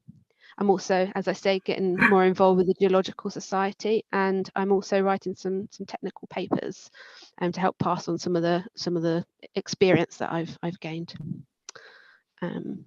And lastly, if you want to contact me on LinkedIn, you can contact me directly through my name. I also manage our Southeast Regional Group LinkedIn page, which I would encourage you to follow. And of course, I also manage our Atkins Ground Engineering and Tunnelling LinkedIn page as well, which if you follow, you'll be able to see some of the projects that we're getting to work on. And that's me. Thanks, Holly. That was fantastic. I agree with everything that you said there regarding applying for roles and researching companies and not just sending out blank templates. I think it's so important. So we'll discuss that a little more later. But now I'll pass on to Neil. Are you ready to share your slides? Hello. Yeah, how do I share slides on here? I'm not sure. It's the big green button at the bottom saying share. Gotcha. Okay. Can people see that? Yeah, if you go into full screen mode in the bottom or at the top, you can do it either way. I go bottom right and it's the little projection symbol next to the minus. Excuse me a second. Presentation view. Okay. Can I do it in that way? Will that work? Yeah. Is that okay? Yeah, that's great. Hi. Okay. Yeah. I'm Neil Morris. Hi everyone. Apologies for the technological hitch. So briefly from me, I'm a regional director with Hydrock Consultants. I'm a chartered geologist. I'm a CLARE qualified person, which qualifies me to sign off on material management plans. I also scrutineer with the Geological Society. So I'm on the panel that assesses people who are applying to be chartered geologists. I graduated in '98 from Salford. I didn't actually study geology, interestingly. I studied environmental science. I've subsequently did a part-time master's at Bolton once I started working. So my current role, I manage a team of 25 technical people within the Geo division of Hydrock. We've got about 120 people in the whole division and about 850 people in the company. I cover London and the South East. So my sort of day-to-day activities sort of revolve around team management and mentoring, business development and winning new work and new projects, technical overview and approval of our reporting outputs, and business growth and strategy. So the thing that I like best about my job is really that every day is different. You are learning right the way through your career. You never stop learning. We're always developing new skills, new technical areas of expertise. It never stops, and the job constantly evolves. Another aspect of the work that I like is that we're always looking to solve problems, be that doing a site investigation and trying to get onto site because the farmer's locked their gate, or be that a complicated engineering problem that requires an innovative solution to meet the needs of the client. There's always problems to be solved, and ultimately our job as consultants is to help our clients to overcome problems and solve problems to achieve their end goal. The third thing I would say about the work that we do is it's very technical, or most of it's very technical, but ultimately it's people that are the solution. It's people that are working on the technical problems, and it's communication skills and people skills that are really the bit that makes the difference between just an average technical solution and something that a client really values and is willing to pay for. This is a project, I've just got a few pictures up on my screen here, a project I've worked on in the past, which is a big sinkhole in St Albans. Picture on the left was the sinkhole shortly after it emerged out of the ground. Short-term solution top right was a short-term foam concrete infilling to stabilise it. And the picture on the bottom left shows some of the work we did to try and understand what had caused the sinkhole. You can see there's a clay pit on the right-hand side of that picture, and that was basically the cause of that sinkhole. I worked on that project with the emergency response immediately following the sinkhole. the evacuation of the houses, the construction of a temporary access road, and then they work to understand the ground and the geology and what caused the problem and what the solution was. Bottom right-hand corner there was the news flash. 14 months after the sinkhole occurred, the road was reopened and the homes were reoccupied. That made national news. So that's a sort of an interesting project that I've worked on. But we do a whole variety of projects in Hydrock, working on contaminated land sites, doing site investigations, ground engineering and geotechnical design. We do a lot of earthworks and material management on most sites these days. In the old days with contaminated land, we tended to dig out the contamination and take it to landfill. But in the modern world with sustainability at the front of our minds, we often don't do that. We try and retain materials on the site and reuse them.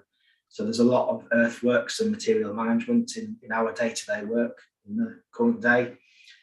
We also do a lot of work on due diligence. So that's where we're advising clients who are looking to buy a site or looking to sell a site or divest, advising on risks and liabilities in the ground and how to address those, put a number against it on the balance sheet and that sort of thing. Some of the top sort of lines of work that we do in Hydrock at the moment include data centres, really big projects, lots of big data centres going up across the country at the moment, often very confidential and can't be talked about. Very high value projects running in up to £1 billion for some of the projects that I'm working on in terms of the construction cost. There's a lot of logistics and distribution centres being built around the UK at the moment. These are big sheds that Amazon use to house their stuff before it gets dropped into your letterbox. So there's lots of that going on at the moment. We do a lot of work with ports and harbours as well, and energy networks and renewable energy projects are a growing line of work for us as well at the minute. Key points for me, I think, in terms of what we do and what we're looking for when we're hiring people. There's an emphasis in the industry on continuing professional development, which is lifelong learning. You never stop learning. You always need to carry on improving and advancing your career. That's a big focus in the industry, and it's something that we look for from the people that are applying to us as well. A demonstration of and a commitment to learning over and above just doing a degree, ideally. The work we do is very varied. We spend time in the field, we spend time analysing data, we spend time writing reports and communicating outputs to clients. So communication skills and presentation skills are quite important to us.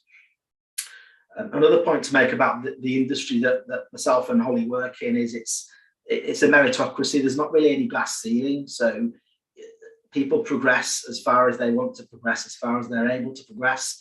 There generally isn't a pay scale, there isn't a defined sort of top end in terms of salary.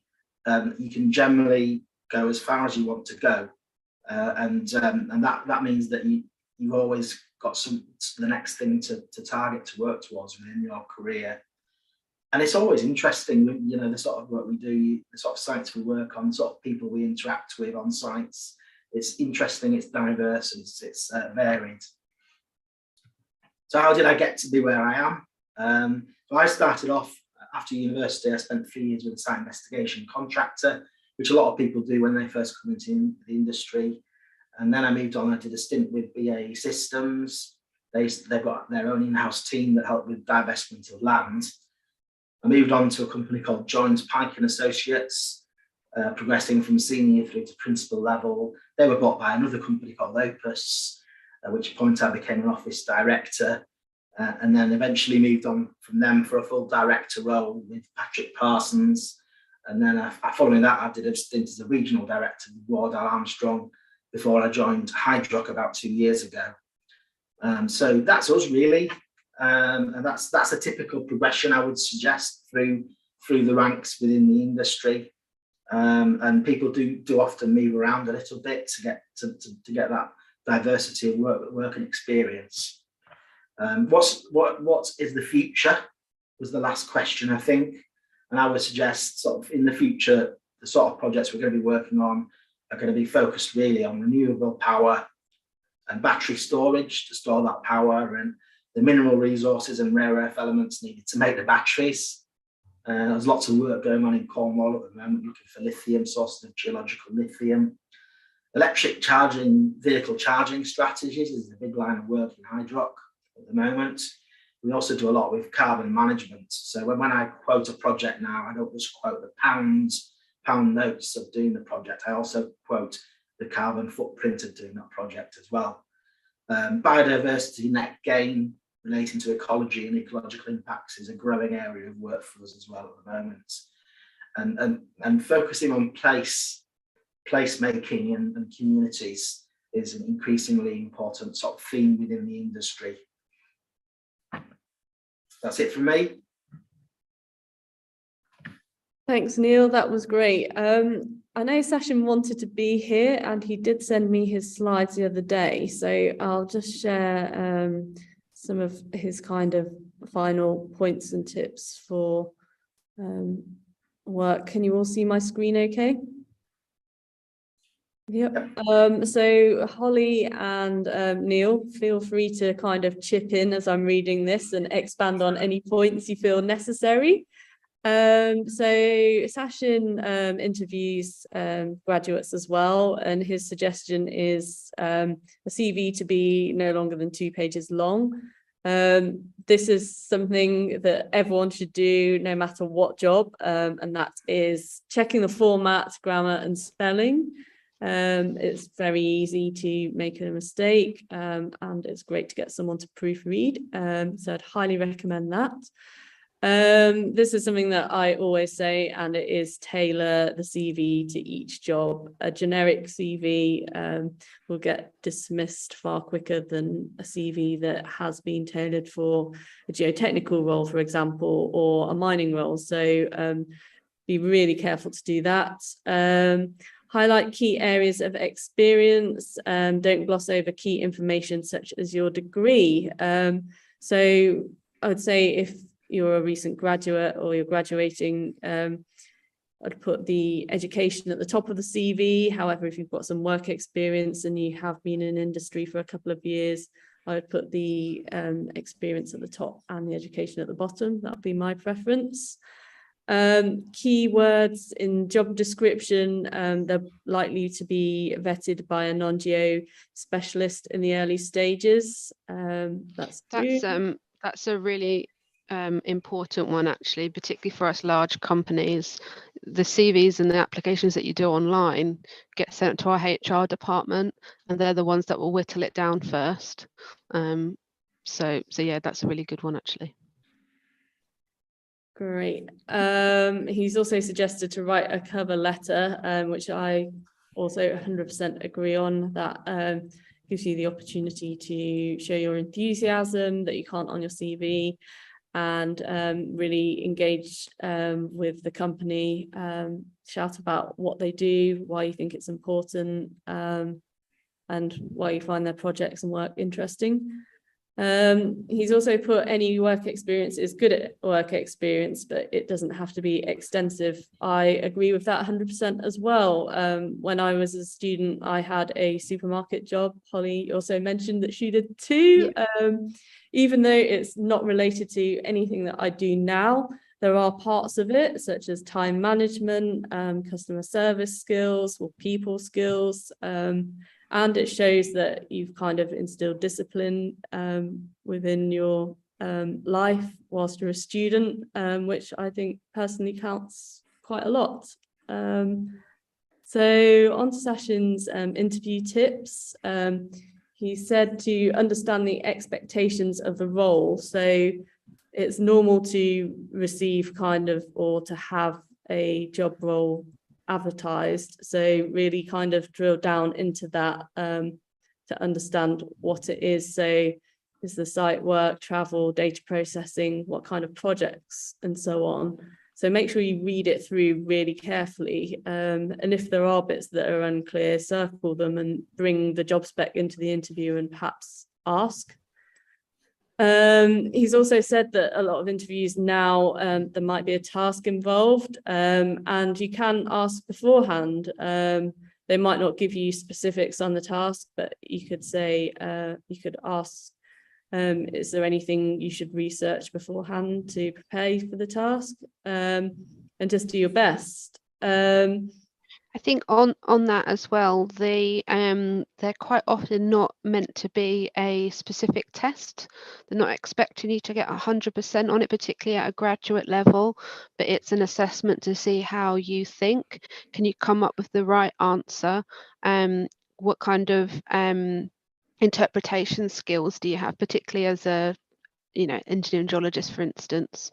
So don't get too stressed about it, but just if you don't know something, say, don't waffle on, because you can spot from a mile away if you're trying to make it up. It's definitely always best to ask if you're unsure of what something means or whatever, rather than to make the assumption. Definitely right there. Again, this has come up a few times. Research the company or office you're applying for. What projects have they completed, and how does that interest you? That's a very good point. And everyone you meet is part of the interview process. So it's being polite and smiley to everyone that you come across, from the receptionist to whoever walks you to the meeting room where the interview takes place. They're all kind of meeting you and getting a general perception. So research where the building is as well. You don't want to get lost. Plan your travel to the building, and obviously when you're there, turn up looking presentable, and be ready for the interview. He's also mentioned to have pre-planned questions, and make notes in the interview. I can see Neil is nodding his head in agreement there. I think that having pre-prepared questions is key. There's nothing worse than at the end of an interview when someone doesn't have anything to ask and looks a bit blank. You should always have something up your sleeve, even if it is fairly basic. I kind of would say something, if you really can't think of anything, ask the interviewer what they most like about the company that they work for example, or what kind of project would I go on to begin with, or anything like that. Show an interest in the company, the interviewer themselves, and have a question up your sleeve. Neil or Holly, do you have anything to expand on that? Don't just ask questions about the pay and conditions. If all you're asking is how much am I going to get paid, you are not going to get the job. You need to be asking some interesting questions about the work that you're going to be doing, the projects you're going to be working on, the sort of sites you're going to be involved with. What's the day-to-day like? How much will I be on site? How much will I be in the office? What's the pipeline of work looking like in the team that I'll be joining? Interesting questions that show a genuine interest in the role. I would suggest. Looking at CVs is really difficult, because you're looking at a graduate CV, that a lot of them look pretty much the same, if I'm honest. Everyone's done a degree, most all have done a geology or an earth science degree. The modules vary from university to university a bit, but generally speaking, they're broadly similar. But what we're looking for is what differentiates you from the others. And that is really boils down to what the extracurricular stuff. So yeah, if you've done some work experience, that's great.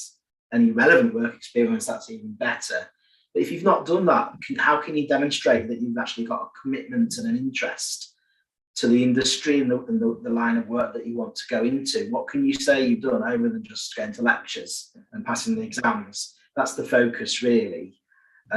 So people that come that's put a CV in and can say, yeah, I've written a dissertation on a subject that's directly relevant to that role, that's obviously good.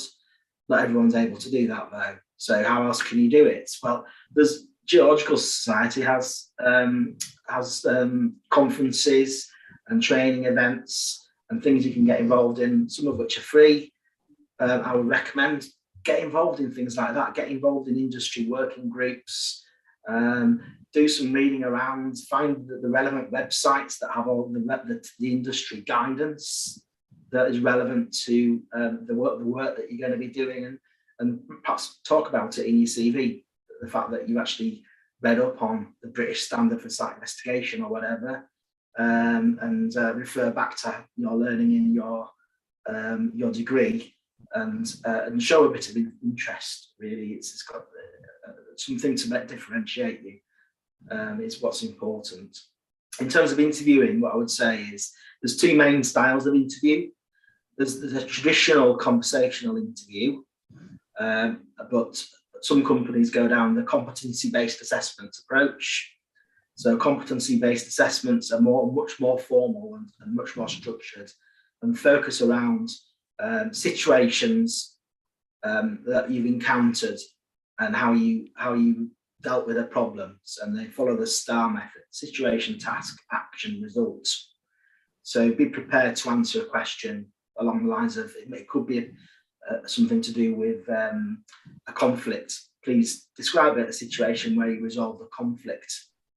And what you need to be able to do is talk about the situation that arose, the task that you faced, the action that you took, and what the outcome was, what was the result. Some employers will mix up the interview approach, and it'll be partly a conversational style and partly competency based. So you need to have a little bit of life experience from doing your university field trips, from doing your Duke of Edinburgh Award, whatever it may be, things that you've dealt with that are people-based sort of interactions. Because at the end of the day, whilst we do technical work, it's largely about people and working well with people. What else can I say in terms of interview tips? I would say you must be yourself. If you go in and you're nervous and you clam up, it makes it really hard for the interviewer to assess whether you're the right sort of personality for the company. It's almost more about the person and the personality than it is about technical skills at the graduate level. We're looking for the people we think will fit in with the organisation and the culture of work that we've got. So to be able to demonstrate that, you really need to be open. You need to be able to have a two-way conversation with the interviewer, and that's what they're looking to see. So I would suggest that you need to sort of focus on that. Have questions as you're going along, and don't try and be something that you're not. Yep, I agree with that 100%. You've got to show that you're an engaging, kind of friendly person that will work well in a team, and not be too hyper formal and rigid. Obviously, you want to come across professional, but at the same time, you need to kind of show who you are as a person and how you fit within a team as well. So I'm just having a look now. So he's also put there are a lot of companies associated with geology. So if something isn't your first, like if you can't get your first choice, have a look. There's so many different companies, and as well it's a competitive market. There's lots of graduates every year, so don't be disheartened if obviously you don't get that first job that you go after. There'll be other opportunities out there, and this is something that I think both Holly and Neil mentioned. What does your online presence say to your potential employer? Again, you both mentioned LinkedIn, but be careful perhaps about Facebook or other social media forms that sometimes employers look at. If you've got kind of lots of things with your friends that might not look very professional, perhaps it's better just to keep your account private. So yeah, lots to discuss kind of with LinkedIn. That's kind of the #1 platform for business. and everyone does use it. So it's good just to have you on there and your degree, even if you don't have a job. Put yourself down as a student who's looking and engaged in opportunity. Put the societies that you belong to at university. If you attend a webinar or kind of a lecture or anything online, you can share stuff, you can share videos, photos, so don't be shy kind of to do that. It shows that you're engaged in your subject and you have a passion and enthusiasm. So does anyone else have anything they'd like to add? And then we'll go to some questions. I think on that top one, I think, so for engineering geology, for instance, sometimes people think that they want to go straight into consultancy, but maybe they haven't got that background. But actually kind of shopping around and trying different careers in engineering geology can actually work in your favour, because it shows again that you've got that more of a broader understanding of the role. So if you go into contracting, for instance, before then going into consultancy, actually means you can go a bit higher up than, you know, as a graduate level, for instance. And yeah, LinkedIn's a big one. I literally, as soon as somebody gives me a name, I'm straight on LinkedIn. And if you see that they're active on there and the things that they're doing, it looks great, and it just shows that you're a well-rounded person, essentially. Final point I would make is you need to be clear in your own mind what sort of job you want and what sort of career you want to have. Those first few years, if you're not careful, can define the rest of your working career. It's really difficult once you've done those first few years and you've progressed up the ranks a little bit to jump into a different sort of line of technical work and expect to stay at the same level. It doesn't really work like that. So I would just recommend that people actually think about what sort of work you want to do and apply for that and be dedicated and committed to it. Don't necessarily just pick the company that offers you the biggest salary either. Really, those first few years of work are critical for you, and if you can get that really good quality work experience, it can set you up for a very successful career. It shouldn't just be about the money. Yeah, definitely. Don't rush into things. Look at your options and do lots of research beforehand. So I'd strongly suggest that. We'll come to some questions now. I can see there's a few in the chat box. So I'm just having a little look. I'm finishing my undergrad studies this year, but have 15 years of work experience in varying roles. Should a CV list all the roles undertaken or just the ones relevant that I am applying for? That's a really good question, because it's kind of that age-old question of how much detail to give, but not to have concerning gaps in your CV. So I would say list the positions myself, and if there's anything relevant to Paul, maybe just a couple of bullet points. What's everyone else's thoughts? I guess if someone's got 15 years work experience, but it's not in actually as technically as a geologist, probably list out the job roles you've had and the dates you worked from until, and focus on what management people skills, commercial skills you might have gained during that time, and a few bullet points. If you've been customer facing because you've been working in a shop, then perhaps focus on that and just put a bullet point in to demonstrate that you did develop sort of non-technical skills during that role. There is another question. I have a relevant internship, 12 weeks. Should that go above my degree or below? I assume that's on the CV. It doesn't matter. No, I don't think that it's whatever format looks most professional. Doesn't really matter. And obviously write about kind of all the positives that you gained from the internship. I've done internships where didn't really do much, but it's always good to kind of pull out the best bits and discuss those, and it helps you within your role. So the next question, this is from earlier on, but it does apply to both of you. Someone's asked, what university in England would you suggest for a master's based on geotechnical engineering? I think quite a few universities will offer this, and there's probably universities that are kind of equally as good. So do you have any recommendations of a few universities? I don't think it matters. I think it depends on what your interest is. So, for instance, I found that Portsmouth was more kind of geology focused, less on the engineering.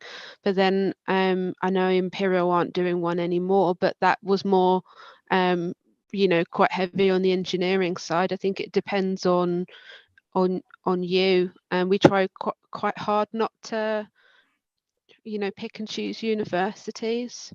So yeah, that would be my opinion. Depends on what line of work you want to go into. There's a big difference between a geologist or an engineering geologist doing ground engineering type geotechnics and a civil engineer who's done a master's in geotechnical engineering.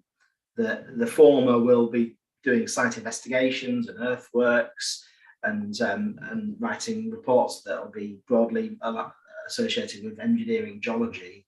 The latter will be writing geotechnical design reports, interacting with a civil engineer on the design of big infrastructure, big heavy infrastructure stuff. And the two are quite different. So you need to decide what it is you're trying to achieve from doing your MSc. So in the world that myself and Holly work within, you've got people who specialise in doing site investigation. You've got people who specialise in doing contaminated land work. You've got people who specialise in doing ground engineering or geotechnics. And the different courses would apply depending on what line of work you want to focus on. It's also good to have a good look at the university web pages, look for the lists of modules, and see kind of if they have kind of what you're looking for. It's good to really kind of research your universities, because I agree with both Holly and Neil. I think different universities are good fits for different individuals. So I wouldn't kind of focus too much on kind of league tables and so on. I would visit the universities, research them and see where you feel would be a good fit for you. Another point I would make about MSCs is, have you thought about actually getting a job first and doing a year or two in the industry first before you make that financial investment and commitment of doing an MSc? You might invest a lot of money in another year of your life doing something and then graduate and get a job and realise it's not right for you. Doing an MSc after you've done some work, you learn a lot more. Doing an MSc part-time whilst you're in work, you learn a lot more as well. I think it's almost easier as well because you've already got that the basic understanding of the job. I wish I'd done a year or two in industry before I did my masters. Would have saved a lot of pain. And I think I'm correct in saying that some companies will pay for you to do a masters. I mean, it's not particularly common, but it's not an impossibility. Is that correct? Yeah, if not paid, then allow you to have the time to do it quite often. I studied my MSc part-time whilst I was working, and I was sponsored, so it was paid for. But you do typically get tied in contractually for a period of years afterwards if you take that route. But what I found was that I was in work on a Monday doing a project. And then I was in a lecture on a Tuesday, and I was applying what I'd learned on my project in my learning in the lecture, and then the opposite way around. I'd learned something in a lecture, and then the following week it would crop up in work, and all of a sudden your work and your studies complement and back and support each other, and you get a lot more out of it. Yeah, I agree. So there's a couple of questions that are fairly similar. So how would you say is a master's PhD dissertation topic in terms of later in your career when it comes to applying for a first job in industry after geology studies? Does the relevancy of a dissertation topic matter, or is it more about the transferable skills? That's a really good question. I think it depends on the course. So, I mean, for instance, at Atkins, we're quite competitive. So we have to look for the people that are the best and stand out. And I think when it comes to dissertations, if you're doing a degree that is, for instance, straight geology or MGeol, straight geology, having that dissertation that shows that next level of understanding will put you ahead against everybody else. So if you've got that dissertation and it's focused on engineering geology, then that will look better than somebody that does, say, a mining one, for instance. And that's if you PhD is different, but from a straight geology point of view, yes, I would recommend specialise in your dissertation. That's if you aren't considering doing a master's, for instance, because it will just make you stand out. PhDs are different. They can be quite specialist. And again, it's, do you want to put that commitment? It's 4 years of committing to something, and actually sometimes they're almost too specialist, that actually what you're is so specialist that it's not applicable to what we do in a day-to-day job. So it's really it's what do you want, what job do you want, which company you're going for, and then what kind of degree you're already doing, I think. What I would say is, when you're a student at university, you should be enjoying yourself. You should be interested in what you're doing. I would always recommend picking a dissertation subject on a subject that you're actually passionate and interested in. The main thing is that you've done a piece of work that you enjoy doing, you learn from it, and you can talk about it in an interview. Great. So I've got another question. I'm finishing my undergrad MSci this year, and I have an internship and plenty of part-time jobs, but the part-time jobs are unrelated to what I want to do. Should I put the part-time jobs in, and how much detail? So yeah, we kind of discussed this earlier. So I definitely list part-time jobs that you've had, but you don't need to write reams and reams about them. Just pull out kind of the key points, the dates, and be prepared to say, well, working in a restaurant, doing unsociable shifts, for example, has led me to, I can transfer the skill to perhaps field work in the dark or whatever. There's always something that you can pull and connect with it, and again, it shows discipline, it shows that you have worked, it shows that you've got people skills, and they're all kind of useful in a more kind of professional role post university. So I wouldn't be kind of avoid them, but again, you don't need to write kind of too much detail there. You can do summaries as well on the front of your CV, for instance. You should have a summary, and you can say then you've done a number of jobs in service industry, for instance, and that's made you customer make your customer awareness is good, and yeah, that kind of thing. A little summary at the front is useful, a good way of rather than having to just list everything. We're kind of running out of time, but there's still a couple of good questions. So if you don't mind staying on for another couple of minutes, we'll see if we can tackle some of these. So there's one saying, I'd like to start a second career. I'm just finalizing my BSc in geology at the age of 52.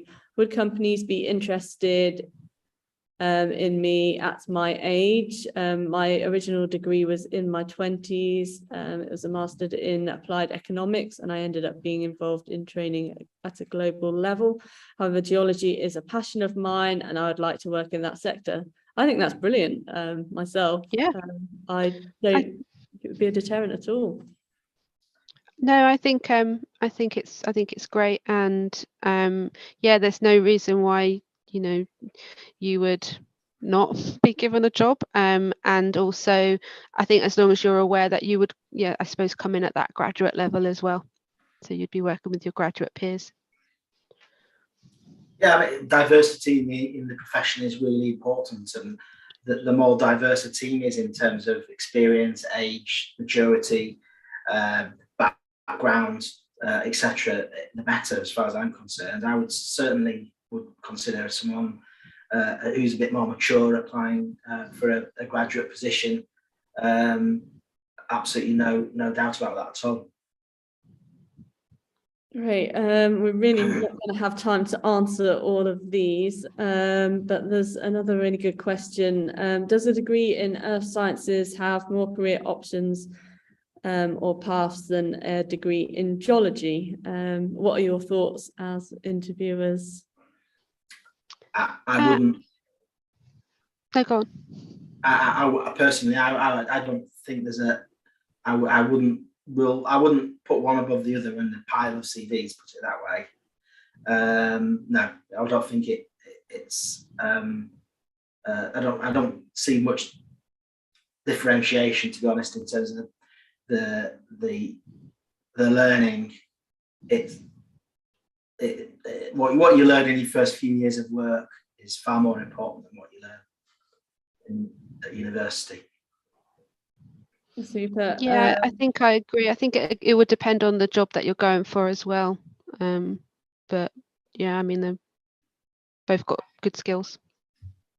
Someone has asked a question, and I guess this one's more for you, Holly, but Neil, I'm sure you can weigh in. So would having a PhD degree become a disadvantage regarding getting a job in Atkins or another consultancy? I don't see how it'd be a disadvantage, but no, I think we've got plenty of people that have PhDs. The only thing is, you know, if it's quite specialist, just making sure that you sell it, and that you show those transferable skills. But yeah, we've got people with all types of PhDs. So yeah. Yeah, similarly in Hydrock, our chief executive and our managing director and several other members of our senior management team started off with PhDs.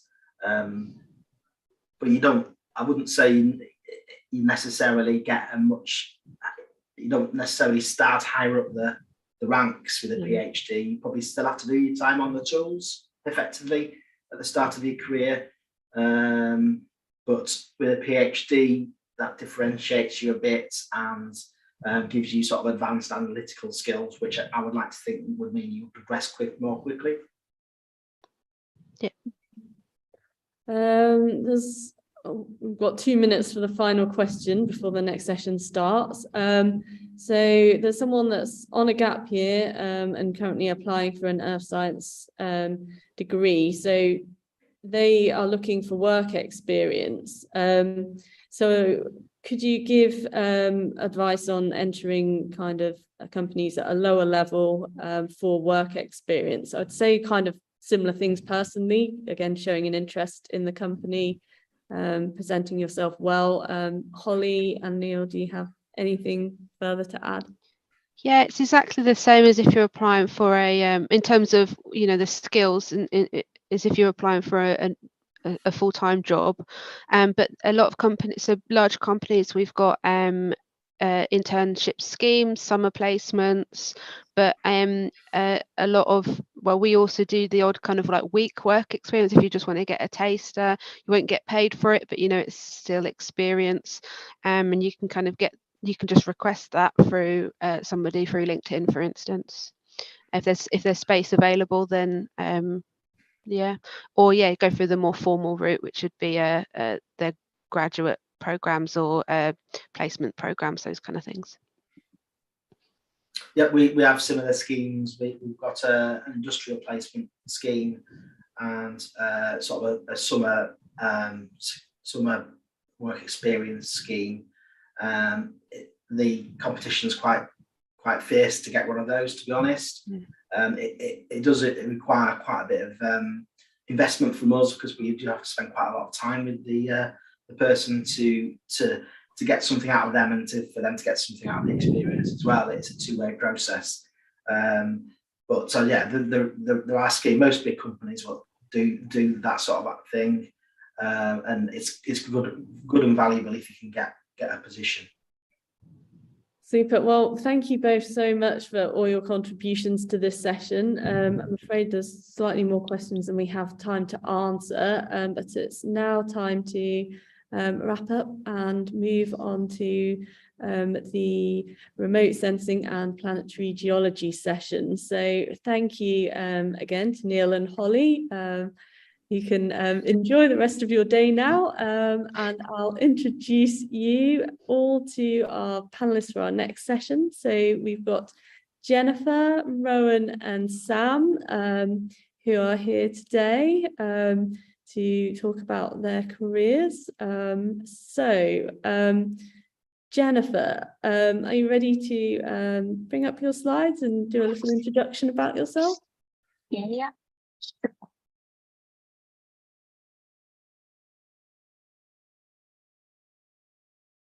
Oh, great. Yeah, thanks. So I'll just start with a few slides shortly introducing myself. So yeah, my name's Jenny. I'm a solution engineer at SkyGeo, and I'll talk about in a minute what a solution engineer really is in our company. I did a MSci geology degree. That was at Imperial College London.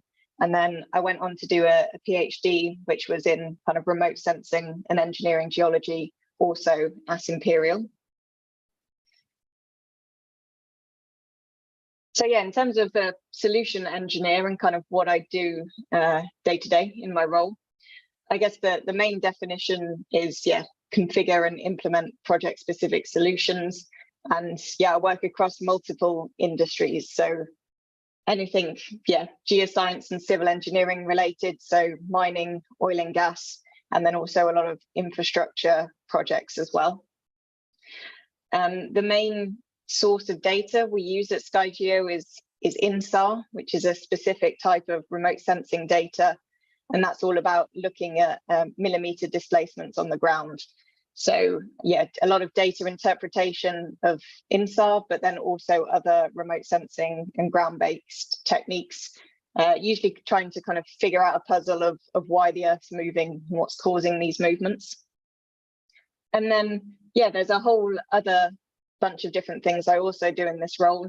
And I think some of that is partly due to the fact that SkyGeo is a pretty small company. So we're about 40 people. So when you're in a small company, everyone kind of does a bit of everything as well.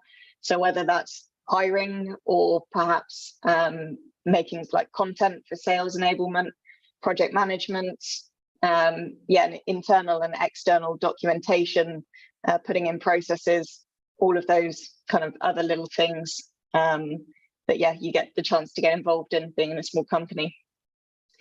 And one of the suggested questions was if there's opportunities for travel in this job. So I'd say the main travel that I do is for conferences, but there is sometimes the opportunity for customer visits. So going to actually see the site that you're remotely monitoring. But I must admit that doesn't happen that often for me at the moment. I think that's still a bit of a COVID hangover, not going on so much travel as perhaps they used to in this role. And then, in terms of active projects, so at the moment I'm working on maybe 20 different projects at the same time and really spanning everything from monitoring in an oil and gas field to a single street. And then, as I said, lots of other different tasks as well. And then when I was thinking about what skills are useful for this job, I realized almost everything I listed was actually not really a technical skill. It was kind of a communication and personal skill. So being independent, ability to manage lots of different projects at the same time. And I think the particular one is not being daunted by new tasks. So a lot of times things come to you and you're not sure necessarily straight away how to solve that. So I think the ability to deal with that is a really useful skill. And then, yeah, extracurricular activities. I'm a member or on the committee for the Geological Remote Sensing Group. That's a subgroup of the Geological Society of London. And then, yeah, also getting involved in technical guideline writings in the industry as well. Yeah, I think I will stop there and hand over. Keep it kind of short.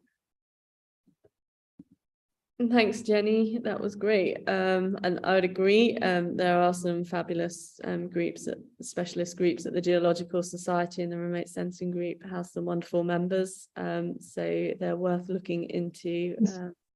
And you can find out details on the Society's website. So next I have Sam. So Sam will be presenting. Hopefully you can see that. Yep, I can. Yeah. Great. So yeah, I think today you'll hear a bit of a repetition from Jenny, myself, and Rowan. We've all had some overlap in the past. As you'll soon find out, it's a very small world out there in terms of remote sensing. So your networking is certainly key from that perspective. So my name's Sam Casement. I'm a spectral geologist at Descartes Labs. And in a similar way to Jenny, I did my MSci in geology at Imperial College, and I graduated in 2020. And on the right here, you can see me and my team at a conference in Toronto. This is the Prospectors and Developers of Canada conference, which is the largest mining conference in the world. And so it's an amazing way to network and meet new people within the industry, which is something I'll certainly be bringing up again. So I work for Descartes Labs, which is a US-based company that focuses on kind of large-scale processing of geospatial data. So anything with a positional element to it, not just satellite data. And we have business units focused in agriculture, market forecasting, environmental and sustainability applications, as well as mining, which is where I fit in. And within that, we look at INSAR, as Jenny describes, as well as environmental monitoring, all the way to mineral exploration, which is really where my focus lies. And I define a spectral geologist as a person who's interpreting wavelengths of the electromagnetic spectrum, taken from a number of different sensors. So that can be satellite, airborne, drone-based data, as well as handheld data as well. And what we want to do is interpret the geology as well as any geochemistry or geophysics we might have to help us find potential deposits for mineral exploration. And you can see on the image on the right here, this is quite an exciting image for myself in the remote sensing industry as well. This is the latest data from a recently launched hyperspectral satellite called EnMAP, which was launched by the German Space Agency. And with this, we can help identify specific minerals that we previously were unable to do so with satellite data. And so from this, that we're helping the geologists determine where to look in the field and how to save money when they're doing their field work. As Jenny mentioned, day-to-day activities can be really variable, especially in smaller companies. This can really vary from training and onboarding clients to use the platform that we have, and then 4 Ps that I've listed out: processing, preparing, presenting, and planning. And these can all kind of fit in whenever you have time to do that, along with any of your project work. And I really love the variety of topics that we look at. Every day it's a new challenge. We're solving our own problems, our clients' problems, and you're really looking at global challenges as well. Every day you're looking somewhere else in the earth, and that can also lead to field validation, so the travel aspect, as well as training people in person and going to conferences. So a lot of variety. I listed a few kind of helpful experiences that I would kind of advise, and things that I did or wish I'd have done on the way here. And so one was remote sensing courses at university. Try and pick those up where you can. they can be quite few and far between depending on the university you're at. But also it's an opportunity for you to learn how to use software. A lot of this software isn't freely available, some is, and I've listed a few that are usable out there, but universities will often have access to it, or you can get access through societies like the GRSG that Jenny has mentioned. And so just try it out, make mistakes, learn how to use it, and that's where you'll have a real advantage over other potential applicants. And a lot of the data out there is free as well, so download that, have a play around, and see what you can make from it. And that's one of the things I was doing when I was applying for jobs. I was kind of making LinkedIn posts like this one on the right hand side that kind of just described what I was looking at and some of the experiments that I did. And it was really great for me to kind of start some conversations and discussions with those who reached out. I also listed a whole host of companies and societies who offer training courses, events, and webinars, which are all really, really useful and have helped me understand my area of expertise a lot better, as well as meet a lot more people as well.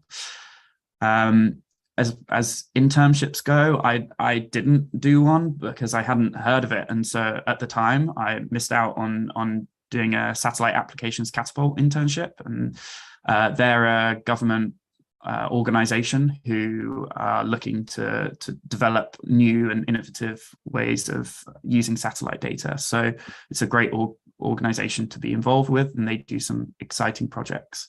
But there's plenty of other internship opportunities out there as well. And as I've said already a couple of times, networking is really key. A lot of the contacts I've made within the industry were through attending conferences. So the GRSG, I met both Jenny and Rowan there. And every other year that's held in London. So it's a really great opportunity for those in the UK to be able to attend a conference like this. And then other things like Mining Sundowner, which is a mining kind of get together once a month, which can be really, really helpful for meeting people, asking advice, and growing your network. So that's just held in a pub in central London once a month. And I've listed a few other conferences there as well. So how did I get here was one of the questions that was asked. And so the real advantage for me was I was lucky enough as part of my master's project to look at spectral geology. So I was looking for rare earth elements in Namibia. And that's really what piqued my interest in the subject. And I was able to present that at the European Space Agency as part of the GRSG conference. And that was a great networking event as well, to meet lots of people there. And then I started as a remote sensing specialist working at CGG satellite mapping alongside Rowan. And I'm sure he'll tell you about that later as well. And that's where I was really starting to process and look at data in more detail and in more depth. And really that first year was a bit of trial by fire. I thought I knew a lot, and then I was really just the tip of the iceberg. And so, you can find out a lot more once you're kind of in that first year of work, for sure. But it was a great place for me to learn and get advice and experience from people who have been in the industry for a long time as well. And then I moved to Descartes Labs, so been here nearly a year now, which I was able to join having had that experience within the industry, and was able to bring some insights of my own there as well. And then just my final slide of future plans that I wanted to bring up. I've mentioned hyperspectral already. I can see this as a massive part of the remote sensing industry going forward. I've put a diagram on the right here, which is a list of the upcoming hyperspectral launches, some that have already taken place and we're waiting for data for, and then plenty more coming up in the future. So it's a really great time to be joining the industry with some exciting satellites coming up. And these are just the government ones. There are also commercial ones being launched as well. And I think with more competition, then that really spurs on innovation within the industry. So we have a lot of possibilities going forward. And so that's really what I'm excited about within our industry in the future. And then I've just put my email and LinkedIn handle on there. If you have any questions or want to reach out after the talk, please feel free to do so. Happy to answer any questions that anyone might have. And I think it's my last slide, so I'll just pass on over to Rowan to round out the introductions. Thanks, Sam. That was fantastic. And it was great that you showed kind of different areas where you've learned things outside your role. So I definitely recommend those resources. Rowan, are you ready? Yes, you are. Yeah, just getting the slides up.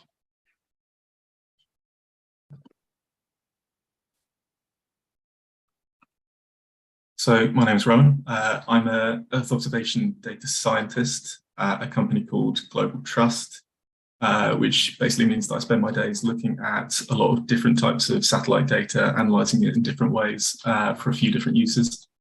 Global Trust we're a startup, we're only a couple of years old, but we are mostly owned by the Swedish Space Corporation, which are a large government-backed Swedish company. So we do have a bit of kind of something bigger behind us, which is quite nice. I did a degree in geology at the University of Brighton, and a master's in petroleum geoscience at Royal Holloway a couple of years after that. So a little bit about Global Trust and what I do. So we look at vegetation mapping, crop health mapping, deforestation, illegal mining, a bit of water pollution, air pollution, ground stability, which is mostly using INSAR, which both Sam and Jenny previously mentioned, human rights issues, so things like population movement, and also changes in land use. So this is a bit of an example of what I've been working on recently. So things like mining supply chain due diligence. So this is looking at making sure that where minerals and metals come from is being ethically sourced. So companies want to, if they have suppliers around the globe, they want to know that what they're buying is being sourced in a responsible way. We've got a pilot looking at spaceport sustainability. So there's lots of new spaceports being built around the world. So we're trying to help the people building these ensure that they're being created and then run in sustainable ways. Look at mining emissions and pollution, as well as tailing storage as well around mines. So on the left-hand side here, you've got an example of what we look at for air pollution. So this is trying to look at how emissions and particulates and things from industrial practices spread around sites and how we can map that and mitigate that. In the middle is a bit of land classification from machine learning over a 2-year period using some open access data, looking at things like deforestation and agriculture changes. And on the right was something I looked at for illegal mining in an area where mapped out where different populations were and overlaid that with where we had things like mineral veins, and could then look at areas of deforestation and excavation and pinpoint those as potential illegal mining areas. So that's sort of a bit of the day-to-day recently. How I got here, I took a slightly more circuitous route than Sam and Jenny. So after my undergrad degree, I did a couple of years of mud logging. I always wanted to work in oil and gas.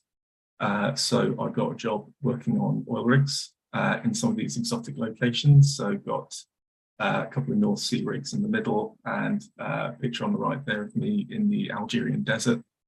So mostly just looked at drill cuttings that come up as you're drilling and then sort of create well logs and things like that, saying what formations you're passing through and generally monitoring operations and things like that to make sure that everything's going as it should. That was good fun for a little while, to get 6 months off a year, which is quite nice. But I didn't want to do that forever, so then went back to university, got a master's in petroleum geoscience. And then after that, went and worked for, as Sam mentioned, CGG satellite mapping. So despite having only spent, I think 3 days of my master's doing remote sensing courses, I got a job there and spent 7 years there, mostly initially doing geological mapping, using different types of data, so making maps of areas all around the world, mostly for oil and gas, mining, bit of geothermal.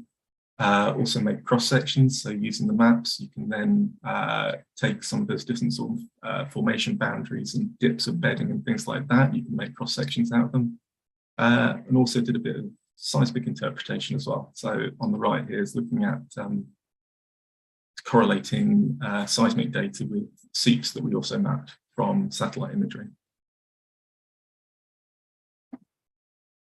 So few relevant skills and things which have been quite helpful over the years. Any knowledge of geology, ecology, environmental science, sustainability is pretty helpful. Coding is increasingly useful. I started learning about 2-3 years ago because I wanted to learn machine learning to help beat some friends in a fantasy football league. Turns out it's been quite useful professionally too, and we use it most days. So I think, you know, anything you can know code-wise, even if it's just a little bit of basic Python, is really helpful. Any GIS knowledge is fantastic. Sort of knowing your stuff is good, but being able to present it to other people is really useful. So anything, if you're good at writing, if you're good at anything related to graphic design, that's incredibly helpful. Image manipulation, so working with a lot of satellite data, you have to make it look as good as possible. You have to try and pull out the information in the imagery. So if you've done a lot of, say, photography and you're good at things like color balancing or manipulating histograms, that's really good. Networking, as previously mentioned by Sam and Jenny, that's vital. As a student, you get loads of access to free events or cheap ones. Some of them you just kind of go along and volunteer on the first morning and hand out a few lanyards, and then you get free access for the next couple of days. So those things are really good to go to. Free online courses through people like US Geological Survey or European Space Agency, UK Space Agency, they're really good. And make use of all the free software licenses. So there's lots of good stuff out there that's open access anyway, like Q, like GDAL. And there's other bits of software which give out free student licenses as well. So make full use of that while you can. That's really helpful to be able to just go into interviews and things like that and be able to say that you've already used something for a week or two at some point and you have some experience of it. Going forward, I'm just trying to develop some of the skills that I've sort of been working on, things like coding, knowledge of data science, because that's sort of more and more in use these days, machine learning, AI, stuff like that. Because we are quite a new company, quite small, just trying to help keep us growing and keep learning in general, relatively new to the industry that I work in, things like sustainability. So just trying to keep learning more about that as well. And yeah, email and LinkedIn are there, so feel free to get in touch if you want to. Thanks. Thank you very much, Rowan. That was super and great to hear your experiences too. So I've got a couple of questions. There's kind of the ongoing question that's cropped up again and again over the last couple of days. How crucial would you say postgrad study and getting an MSci is to you within your roles? Do you think it's essential? I don't know if anyone has any strong opinions on this and would like to kick off.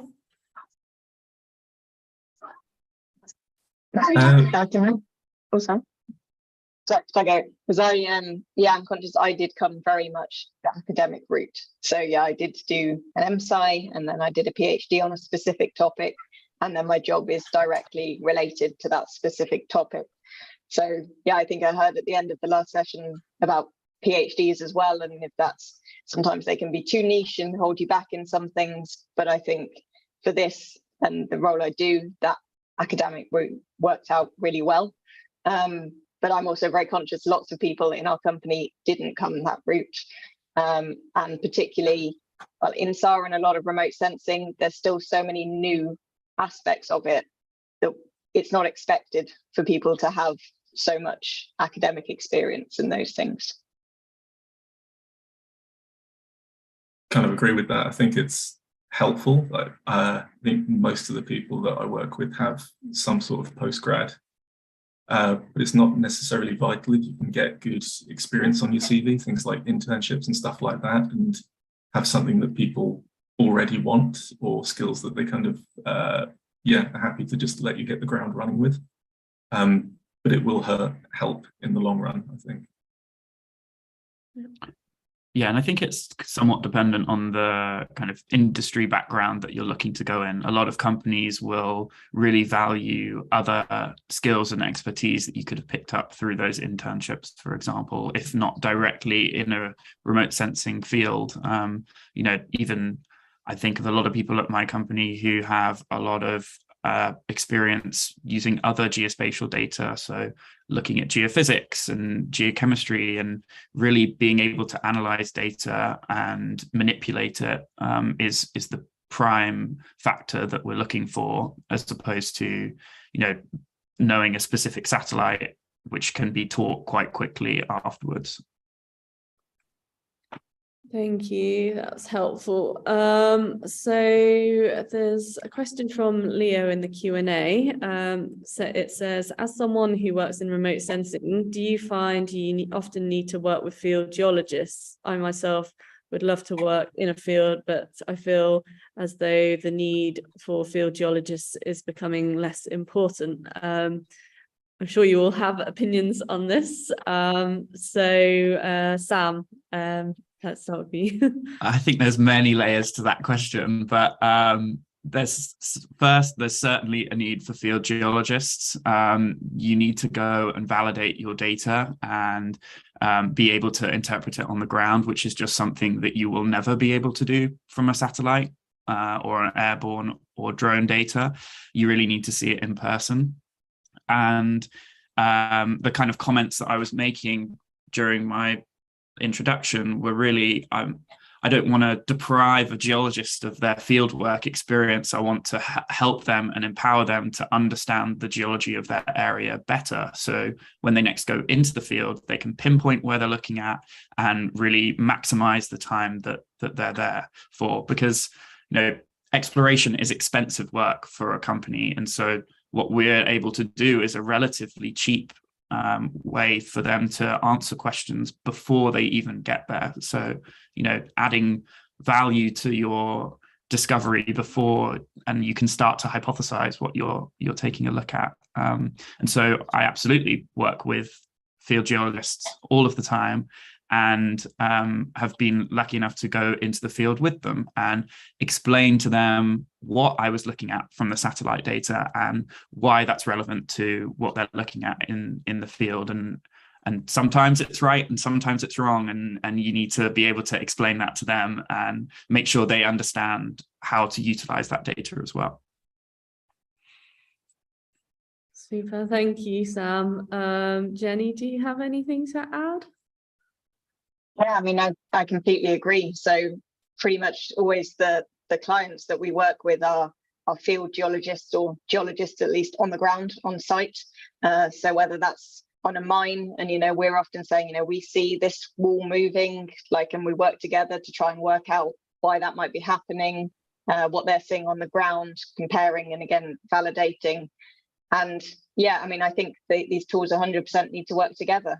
Something we do is often, like Sam said, helping almost point the people on the ground where they should be going.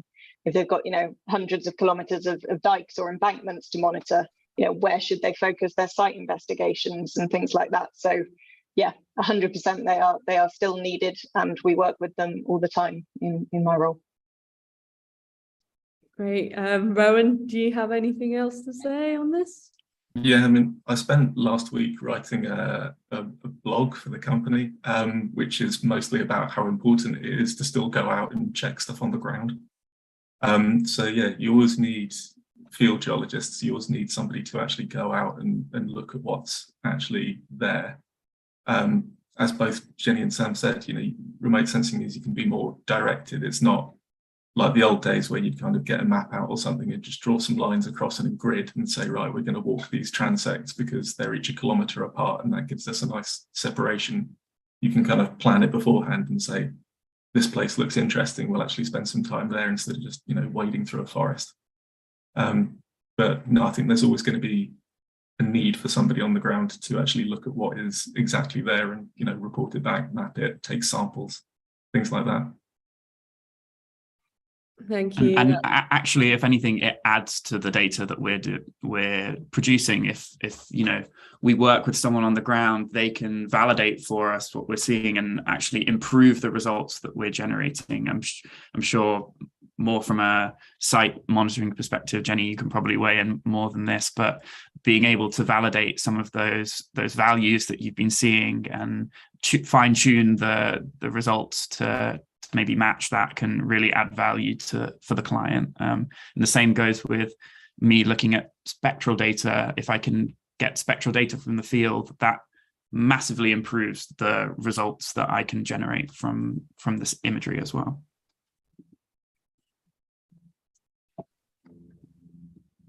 Thank you. So a kind of quick fire round now. What do you most like about your kind of current role? So I'll start with you, Jenny. What is it that kind of most makes you tick? Yeah, I think variety is definitely the thing I enjoy the most. So yeah, the projects covering different industries. So from stability of a dike in the Netherlands, and then working on some huge oil and gas field in the Middle East, just that constantly different problems, and also the different people you get to work with on the client side on those projects. That also adds a completely different dynamic. So yeah, I think variety is really critical. And I also like this evolving applications. I think Sam already alluded to, new satellites, new sensors, new capabilities. You feel like this industry is going to keep moving, which also keeps it exciting as well. Thank you. That's great. And I can totally see where you're coming from there. How about you, Sam?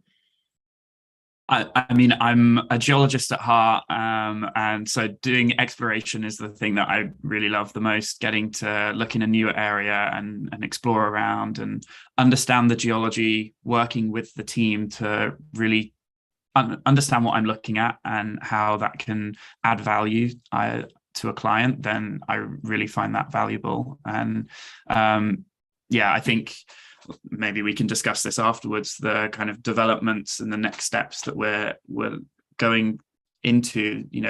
I'm still learning a lot. I'm still developing. It kind of didn't stop after university. I'm really picking up a lot of skills still. And with these new satellites launching, then we're having to innovate and create and utilize tools that are out there already to really understand how we're going to use those and maximize the data from a commercial perspective.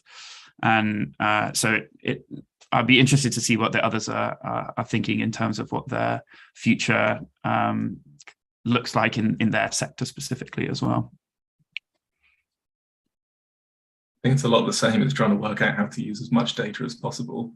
Like you've got more satellites than ever before. You've got different types of sensors giving you more bands with more information. You've got the computing power now to actually handle it.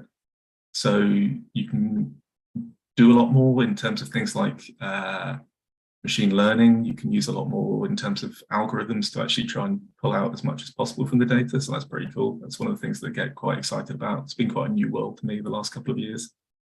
And yeah, I think the kind of the breadth of the data, Sam's mentioned different satellites which are being launched or have been launched recently. I think that's really exciting that there's so many of these. There's so many private companies now as well. It used to be something which was quite dominated by national agencies. It was, using the old Landsat satellites and things like that. That was the sort of the pinnacle. Whereas that's not the case anymore. There's all sorts of startups launching their own satellites, and that's pretty cool to see. Some of these things, the size of a shoebox, and maybe they only work on a couple of different bands or something like that, quite a limited range, but what they give you in those is different to anybody else. And you know, the more we get of that, the better, and it gives us way more to play with as part of our jobs, which is great to have. Thank you. So I just want to kind of circle back. There was a question that we didn't have time to cover in the last session, and it does kind of relate to this. Someone is saying that they have a degree in geography with a minor in geology. Do you know of colleagues kind of within your field that have got a similar kind of undergraduate degree in geography with an a minor in geology, or is it typically, you know, you have the geology science degree? I think, you know, we're all in quite applied positions, and so from that background, you know, having more of a focus is definitely of help. But within the remote sensing industry as a whole, certainly there's a lot of other roles out there that you do not require very specific knowledge about geology to be able to thrive in. And, you know, being able to do database management and understanding spatial data is really the key, and that is certainly going to be covered within geography. And you know, a lot of the kind of front end and back end all utilize that, and so having those skills is really important within the industry, despite maybe not having the specific focus, which you can also pick up on the job. Like Rowan, you didn't have a massive background in interpreting satellite data for geological applications before, and so you picked that up a lot while you were there, right? Yeah, it's as long as you've got one set of skills which are then transferable, and somebody who's willing to let you learn or teach you everything else, then I think it doesn't really matter too much. If you want to get into something, there's loads of free tools out there to try and start learning about that sort of specific area. So I think use some of those to kind of gain a little bit more knowledge about it, and then picking up things like internships, little bits of work experience, just going to conferences, talking to people, and I think it shouldn't hold you back at all. I used to work with people who had, I think, just physical geography degrees, all sorts of things. There's a guy in our inside department at CGG who had an astrophysics degree, so you get all sorts of stuff going around. I think my boss now has an environmental science degree. So it's sort of, I don't think it matters too much. Once you've got a foot in the door somewhere, if you can get it as well, you can just go from there into anything. Yeah, I agree as well. Like in our company, not everyone's a geologist. Some civil engineers as well, and some geographers. Because I think remote sensing generally, that spatial aspect, and also that, I don't know, ability to picture things like on a wider scale and in 3D, you can get that from both geology and geography. So yeah, maybe not for our personal specific roles, but certainly definitely within remote sensing, that geography would be fine. Fantastic, thank you. So I've had a question come through on YouTube. So this is kind of before graduation. Students asked whether kind of companies like yours do offer kind of work experience, perhaps over university holidays for a few weeks to a couple of months. Is that kind of typical within your sector, or is it kind of after graduation? Yeah, so from our company specifically, yeah, we do offer a lot of summer internships, and also traineeships, we call them as well, that you don't necessarily have to have a degree to do, and they can be, you know, a couple of months over the summer or continuously, like 1 or 2 days a week. But I would admit they are often quite hard to find. So you kind of always ask, and go directly to people in the company, because we call them different things. So yeah, you just need to look carefully, is my advice as well. We do a bit of work experience occasionally.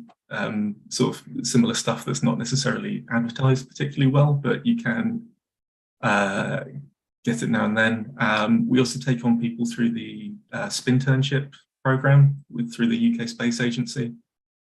Usually that's a graduate each year, or maybe somebody who's sort of between second and third year. But we, taken on 2 last year, 1 this year. Guy this year's got a full-time job out of it as well. So we do take on people through that, and then it's not just necessarily internship and done. If you get on well in the company, then there's a good chance of sticking around as well, which is great. Yeah, I totally agree with what the other two have said, and especially Jenny, reaching out to people directly is definitely what I found most effective. And if you can build that network along the way, then that's amazing, because they can point you in a variety of different directions. As I said at the start, it's a very small world out there. You bump into people all the time who have overlaps with everyone, essentially. So making those connections can really benefit you for finding those opportunities that are out there, and joining those societies as well. That's most likely where they're going to be advertised first, so that's where you'll be able to find them quickest if you can't find anyone through messaging. But also, Rowan, you mentioned all of these commercial satellite companies that are launching as well. They most certainly are looking for interns and other work that is out there. So, they are another port of call to be contacting. And they're, again, very small companies in relative comparison. So they often don't have a structured scheme set up. And so reaching out to them is probably the best thing to do directly. Yeah, and I would add to that, kind of on the back of the previous CV and interview skills workshop. If you are applying for somewhere, don't just send a blanket hi there email, I'm interested in work experience. Really take time to research the company, understand what they do, and tailor everything that you send to them. So it really looks like you're engaged and you know what you're talking about, rather than you just want work experience anywhere will do. So really kind of try and look professional, look like you know what they do and understand it, and hopefully that will help. But look at multiple companies, don't just kind of apply for one and give up. There's other companies out there as well, so it's a bit of a numbers game sometimes, and sometimes it might just be that the application that you've sent hasn't fallen into the right hands. So like everyone said, if you can have a name of someone within a company to apply to, that's really, really helpful.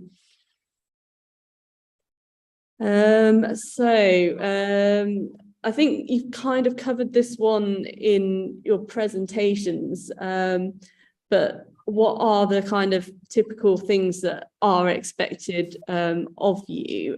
So we haven't got much time left now, but we'll just do kind of quick fire round. What are kind of the things that you have to do every day, each day? Is it report writing, analysing data? We'll start with, we'll go in reverse this time. Rowan. A lot of analysing data. It's kind of problem solving, a lot of it. Often you're given an issue or something somebody wants to look at, and you kind of have to work out, right, how's it going to be best to go about that? What data do I need? What techniques are you going to look at?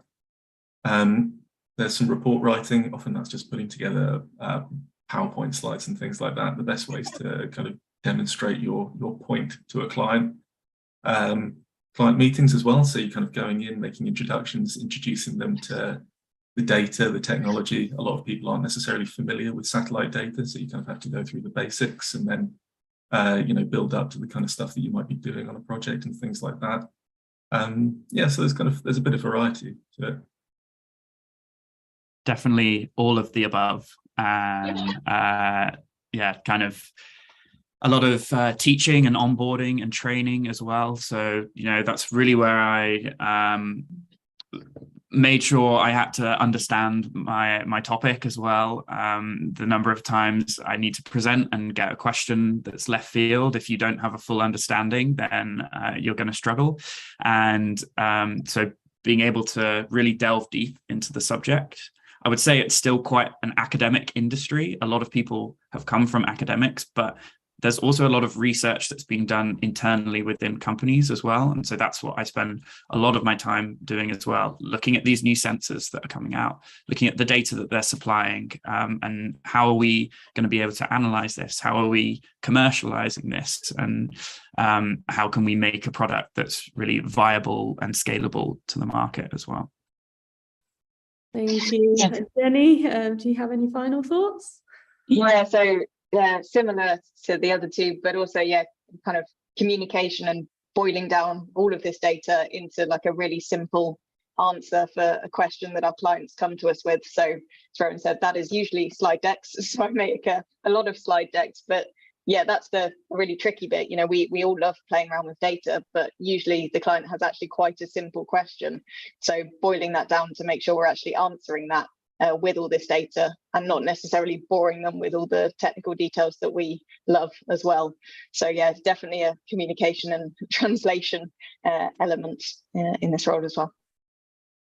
Well, thank you all very much. That brings us to the end of this session. So Jenny, Sam and Rowan, thank you all for your wonderful presentations and for taking the time to answer questions as well.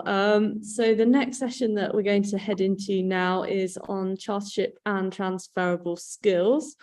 So joining me on this session, we've got Eleanor Williams, we've got Melody Waring, we've got Benjamin Totterdell and Chris Vincent, sorry. So thank you all for coming along and presenting. So I'm going to ask you to each do kind of presentations to introduce yourself. So I think I've got Melody first. So Melody, are you ready to kind of share your screen and do an overview? Yeah, I can do. There we go. Hopefully you can all see that. So is that showing in the right format? It's showing PowerPoint. You're not in full screen mode yet. So yeah, you should be able to do it there. Thank you. There we go. It should be working now. Okay, okay. So you're in display. So if you go to display settings at the top. Is that got it? Yeah, there we go. It was on the wrong screen. So see, technology doesn't get any easier. Okay. So my name is Melody. I'm currently chartered as a CJOL and I'm ROGEP, which is a Register of Geotechnical Engineering Professionals, which is something you can obtain after chartership. I'm currently a Deputy Technical Team Leader with the company called Soccertech. My path to this was a bachelor's in geology, and I'm currently an engineering geologist, so primarily geologist, and I specialise in ground investigation. So at the moment, I now work within the technical team in Soccertech. So we look at things like what procedures we need to do, what standards we need to work with, how to train new starters so that they know the methods we're supposed to be working to, how to keep themselves safe on site as well, so all the health and safety implications as well. Soccertech is actually a contractor, so we don't often design work, but we will work to the specification provided by someone else. So a lot of our work will be with drilling rigs and with excavators and lots of other heavy plant machinery on site, basically digging holes. I'm also about to go back to university myself because they've just started what's called a degree apprenticeship in geotechnical engineering. This is a brand new course that you can actually do alongside working. So it's much more tailored than a part-time course. It's been worked with the universities and with industry. What sort of projects we work on? All sorts. Housing developments, hospitals, railways, anything that they need to know what the ground's going to be. you have to do a ground investigation, whether you're digging into the ground or building on top of it. You need to know how the ground's going to react. How did I get here? I said I did a bachelor's in geology. I only got a third. So whatever results you get, don't panic. It isn't the end of your world. There's lots of routes into these industries. I've been in the industry for 20 years now. And so my degree was only a third. I started as a field technician. I was going out doing resistivity surveys, lots of geophysics. Moved into an assistant engineer role where I was controlling the drilling rigs and the JCBs for the investigations. Through engineer through to senior, it was increasing the sorts of work I was actually managing on sites, the complexities, the size, the actual how many people were on site, how many rigs. And then once I became a principal, I was more involved with directing those investigations, designing them myself, and training and mentoring junior staff. And that's more of what I do now as technical team leader. And what does it hold? The future. There's so many developments now in the industry. Sustainability, digital technologies, climate change, all the new best practices of how to do things safely and get the information that our clients require. What do you need to know to be able to build your structure, to dig your tunnel, to divert your river? There's all sorts of different things out there. And that's me.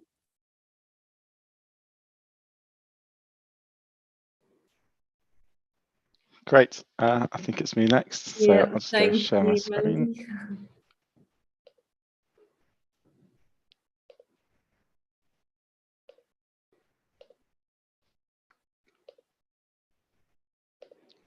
Okay, so is that showing my screen? Yep. Yeah, I can see your screen. Thanks, Ben. Marvelous, fantastic. Hang on, let me just hide this little thing at the bottom, so it'll get distracting. So hi everyone, my name is Ben. It's a pleasure to speak to you this afternoon. I'm a geotechnical engineer at Transport for London. I am a chartered geologist focusing on the ground problems posed within the civil engineering industry and the investigation and classification of rocks and soils to understand geotechnical hazards and risks to projects. So how did I get into my position? Well, I was fortunate to study geology at A-level, and I did excel at geology, and I'm proud to say I got an A-star, but I did struggle in other STEM subjects. From my experience, it's a good base in other sciences, and mathematics is desirable. However, in my academic and professional life, technically, maths and physics hasn't gone too far above sort of GCSE levels. So if you're struggling in those subjects, don't let it put you off. Actually, I've managed to get through and get by into my current position without too many problems. I did geology at university. I moved on to University of Leeds, and I did geology because I enjoyed it and I was good at it. I didn't think too much into the future, and by joining this call, you are actually sort of thinking about your future, what you want to do, and that's great. So you're going to be in a much better position than I was. For the first 2 years at university, I didn't really know what my career path was, but I did know I wanted to pursue geology, and I wanted to apply my knowledge to real life situations. So it was, so I came across engineering geology towards the end of my 3 years, and I had a natural sort of transition into a standalone 1 year engineering geology masters. Following that, I moved into a graduate position at Atkins, which is a large multidisciplinary design consultancy. It's quite a corporate environment, and I was in a team of about 300 similarly area engineers. So there was geologists in there, and there was also geotechnical civil engineers, and we were a team of 300 within a large consultancy of about 20,000. In terms of my day-to-day work, I was in the office about 20% of the time, and I was out on site the rest. So it's a bit of a mixed bag. I started off in Leeds in North England, working in the sort of glacial terrains, working on flood defence schemes, highway schemes, and then I moved to London and worked predominantly in the London Basin. However, I did have the joy, and Melody's company Soccertech are actually focused on these photos. I was working on the Isle of Wight, and I was leading the investigation into a failed section of highway. So really interesting, really challenging, and I've been able to travel the UK extensively in my career so far. After 5.5 years, I moved to Transport for London. So in my current role, yeah, I'm a geotechnical engineer in the Earth Structures and Geotechnical Engineering department. So contrary to the name of London Underground, actually over half of the network is overground. So that means it's supported above ground on earth structures. Those are cuttings and embankments, and it's my role to manage those assets, old and new, across the Transport for London network. That's not just London Underground. I'm extensively working on the DLR, overground, highways, river, working across the whole lot. And one of the things I love about my current role is I get to apply my interest in engineering geology and geology across a network I use every day. So I get to directly benefit from the projects and schemes that I work on. Just to go through a couple of projects, one of my main projects is on the DLR, where we're getting brand new trains. We're actually getting 50% more trains, and they are going to be longer. And so we have the tricky situation of, well, where do we put them? So we're building extensive new sidings, shown in this image here, and we're building a new maintenance shed. But this is land is at a premium in London, so the only land we sort of have available in our sort of price range is a tricky brownfield location, and we're having to build up the site to make sure it's the right level, and we're having to put deep foundations due to poor ground conditions. You might ask, well, why is geology important in this situation? Well, actually, they're really complex conditions. So the site was an old gasworks. It's right next to the River Thames, so you've got all these really soft alluvial layers. There are paleo channels related to previous historical sea level change in the last few thousand years, and the scour hollow features, and there's also faulting. None of this is immediately obvious from the surface, and this is where a geologist adds value. In this project, I'm actually in a client role, so I'm sort of providing assurance for my colleagues. I'm supporting the project to ensure that geotechnical risk is managed throughout, and that best practice and that the works are being done in accordance with the designs. I also act as a direct designer. Across our network, we have a lot of aging infrastructure. We have a lot of cuttings and embankments that were built by the Victorians over 100 years ago, and they have deteriorated over time. One such location in East London is putting the track at an unacceptable level of risk. So these are photos as of a few weeks ago, where we are remediating a slope. We're trying to improve its stability. Again, geology is really important here. It's vital to get the right solution. We need to investigate and characterize the ground to ensure we understand the asset, how it performs, and so that we can design a suitable remedial solution. In the designer role, I've been undertaking writing lots of desk study reports, looking into the historical information, looking at the geological maps, doing my own mapping, designing and delivering ground investigations, which is what Melody's company do. So working with those suppliers, instrumentation monitoring, all this sort of stuff. So it's a mixed bag, really. I kind of do everything. Now, in terms of what sort of future challenges there are for the engineering geologists, well, coming from London and working in Transport for London, we're trying to manage our assets in really densely populated areas where there's increased sort of constraints on our infrastructure. It's getting increasingly congested as population increases. One such example is Bank Station Upgrade. If you have a look in the photo on the left-hand side, there's actually 5 different London Underground lines that are interconnected here at the station. It's really congested underground. You have historical foundations from the buildings above ground, which we have to sort of weave in and out of. So on this project, we're adding in new tunnels to sort of relieve the congestion on the platforms, but also create direct connections between a few of the different lines. So here's some sort of screenshots showing what it's like. One really interesting thing is that we actually came across the foundation of one of the above ground buildings whilst we were constructing it. And so we had to basically assure the hotel owner that we weren't going to damage their building and it wasn't going to fall down whilst we dug through their foundations, and also make sure it was sort of stable in the long term. In terms of other sort of future challenges, By 2030, London has to be a net zero carbon city. So that means that the sort of carbon emissions will be net zero overall. And as part of my role, I'm going to be reducing embedded carbon in the construction we do. So using low carbon approaches, materials, offsetting carbon in other ways. Then in terms of other things, resilience to the impacts of climate change are going to be really important. So there's the River Thames barrier.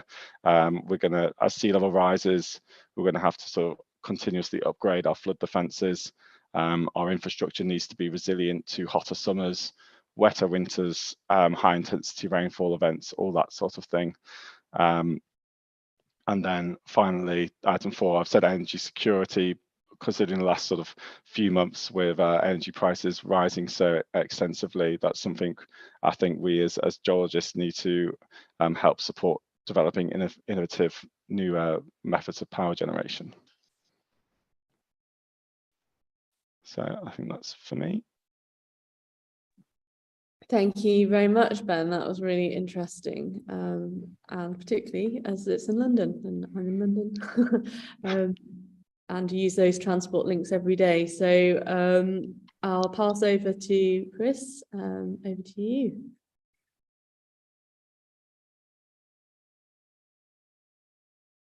We can't hear you, Chris. You're muted. Sorry, I've just unmuted myself. No worries. Right, has the right screen come up now?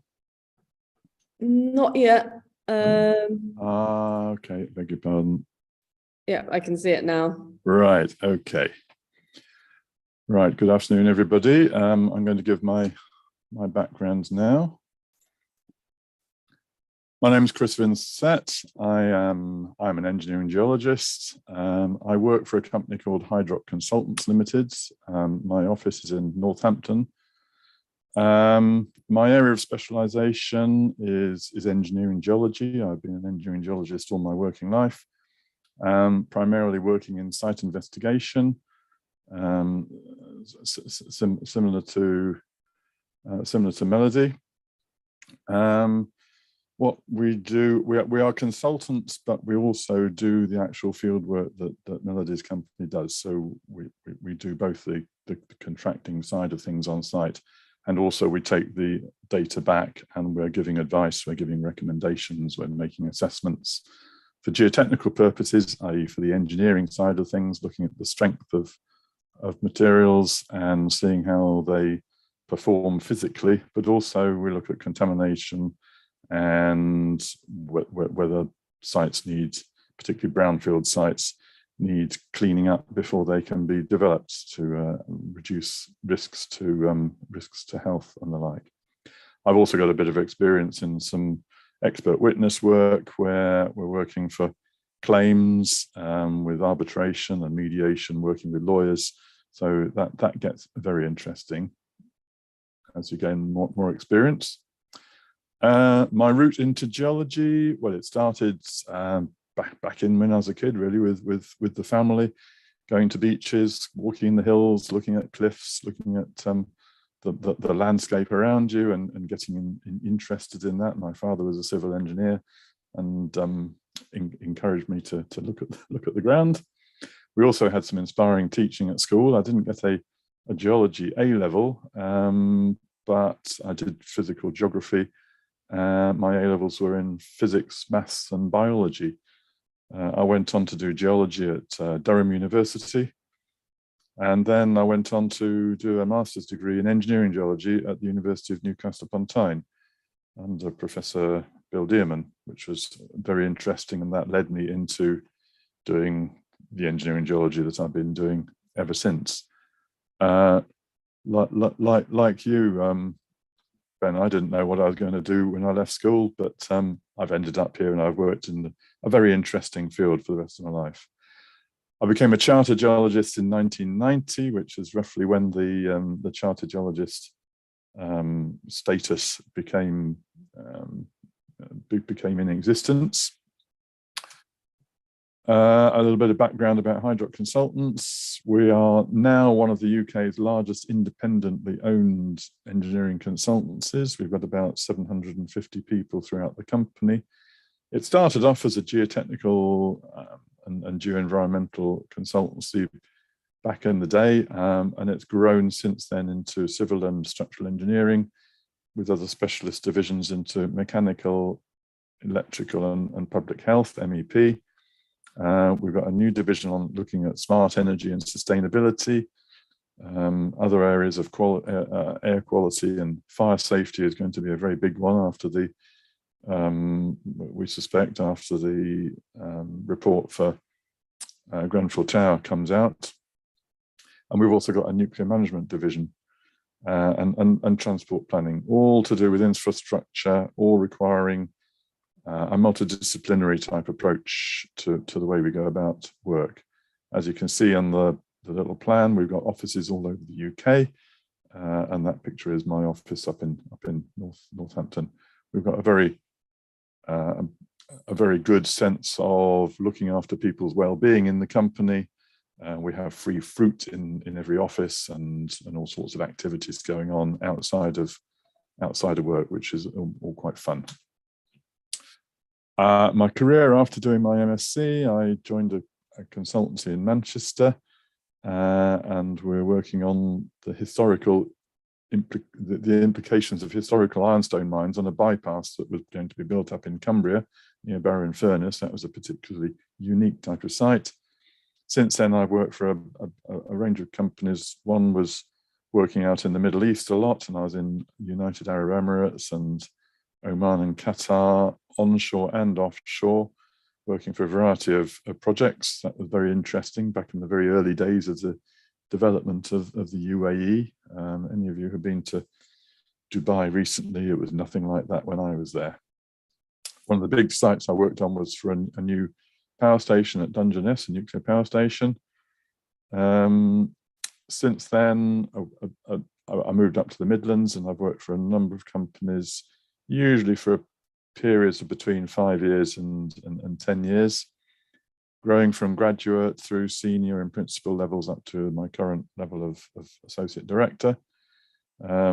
Since the Gulf, I've worked on a couple of other overseas projects. One was a power station being built on reclaimed land off Malaysia, which is very interesting. And I do occasional visits to a site in Morocco looking at some rock slope stability, which again is very interesting. The projects that we do all over the UK for a variety of things, from roads to commercial properties, housing developments, from small sites to massive, great big sites. Contaminated land has become increasingly important over the years, now that all the pressure has been looking at brownfield developments and looking at more and more difficult sites to develop. What is geotechnical and environmental consultancy? Well, what's underground it's under us all the time, but is a complete mystery until you start to look into it. And so we do a lot of research to find out what there might be underground from the general geology, and then we drill boreholes, we dig trial pits into it and try and look to see what there is there in detail. We're looking for problems, we're looking for hazards, because hazard is a risk. And so if you can mitigate those risks, you remove the hazards and your development can proceed. So we're looking at the foundations of houses and offices and schools and hospitals. Occasionally there are failures, and so we go in to look at the failures. We find out why houses have cracked up, that sort of thing. In order to look at the contamination, you have to reduce the risks to an acceptable level, or rather a not unacceptable level. You might have to clean up sites, in which case you have to design what you're going to do, get that all approved, and do the work and make sure that it's clean once you've finished. A range of civil engineering structures, like massive excavations or tunnels, earthworks and embankments and the like. That's a wide range of things that we're involved in. The site work is particularly what you do in your early parts of your career. Site walkovers and mapping, looking for evidence on the surface of what might be underground before you even start to penetrate the ground surface. Going into digging holes with a variety of JCBs or drilling rigs, logging the samples that are coming out. There are very specific ways to log samples to make sure the descriptions are as accurate and as repeatable as possible. Using other methods like geophysics, which don't actually disturb the ground, provide general background information, a variety of techniques of investigating the ground, and we use them all depending on what it is that we're trying to find. Sort of people that we work for are site owners, developers, their funders, people like London Underground asset managers, looking at road and rail infrastructure, generally public bodies, but some of them are privately owned bodies. Anyone buying land will be looking to do a pre-purchase due diligence, a bit like doing an AA check on a car before you buy it. Once they bought it, they will want to develop it. They'll need to get planning permission. So we make sure that all the planning conditions are complied with, which means we're working with the regulators, people like the local council or the Environment Agency or other government bodies. We work with the engineers and the architects on the design side of things. We work with the contractors who actually get to physically build them. They might come up with an alternative design. We might need to do further investigation to meet the requirements for the more detailed design. And then again, when things go wrong, we're working for insurance companies to see why they went wrong, see whose fault it was. And that's when I start getting involved as an expert witness and working with people like solicitors and barristers. My day-to-day activities, the key product that my company produces is a report. That's about the only thing that the client is left with. So that report has got to stand for critical examination. It's got to be accurate. It's got to meet the client's requirements. It's got to be prepared in accordance with best practice and all the relevant standards. I have a team of people writing reports, and most of my time is spent helping them write reports and checking them and approving them once they've finished. But by the time I've got to my stage, I'm very rarely actually writing reports. I'm generally doing a more background consultant's role in doing it. That's roughly what we do there. So the sort of projects that we're working on, housing developments, warehouse, commercial developments. We've got a big site in near the M1 for a rail freight terminal. And the idea of that is to take lorries off the road and put all of the container traffic onto railways. There's a lot of development on wind farms at the moment. We've got a site in East Anglia where we're looking at the shore side of things of the massive great wind farms that are being developed out in the North Sea. There's a lot of work in schools and healthcare and later life care homes, that sort of thing. Waste management is a big problem to the UK, particularly in what we're going to do with our waste. How do we manage our landfills? That's all very important stuff. It's a bit mucky, but needs to be done. Problems of buildings subsiding, like chalk collapsing, coal mining subsidence, all of that sort of thing. They're all things that need looking at. If you're working as a geologist, what can you expect? Well, there's a lot of travel involved. All our sites all over the UK, and they all need to be visited at some point and works supervised while we're doing works on a site. You're working outdoors a lot, sometimes in lovely country areas, sometimes in pretty rough, rundown urban areas, out in all weathers. It might be in the nice hot sunny weather, but also just add mud. That's a spelling error. You're always dealing with the unexpected. What's underground is always unexpected to some extent. You're having to work with a variety of people all the time. Your JCB drivers, your drillers, your clients, all sorts of people, and then people walking past, constantly ask you if you're digging for gold, because that's the usual thing, because they think that's very funny. But you have to use your common sense. You're working in a team of people, but very often on your own. So you have to be fairly self-sufficient. What's the role of geologists? I think there's a perception that geologists are to do with fossil fuels, which is a sort of negative thing at the moment. But believe me, there's a lot of wider area that they're working in for control of nuclear waste, waste management, all sorts of areas that we're working in.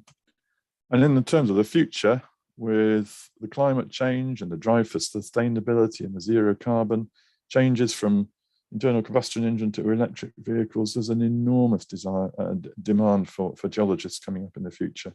So I think the future for geologists is going to be very rosy, not so much in the areas of gas and oil and coal, but how to develop more sustainable power, how to get the materials required to drive these things, and in batteries and the cables required to connect them all up. So there are some big challenges ahead, and I think the future for geologists is going to be very interesting. That's pretty much what I've said there. That's really what I've got to say. So I will now unshare my screen. Thank you very much, Chris. That was excellent. There you go. So last but not least, we have Eleanor Williams. So Eleanor, are you ready to go? I am. I'm sharing in the wrong direction. No, I'm really in the wrong direction. No worries. Let me just stop messing this up. Hang on.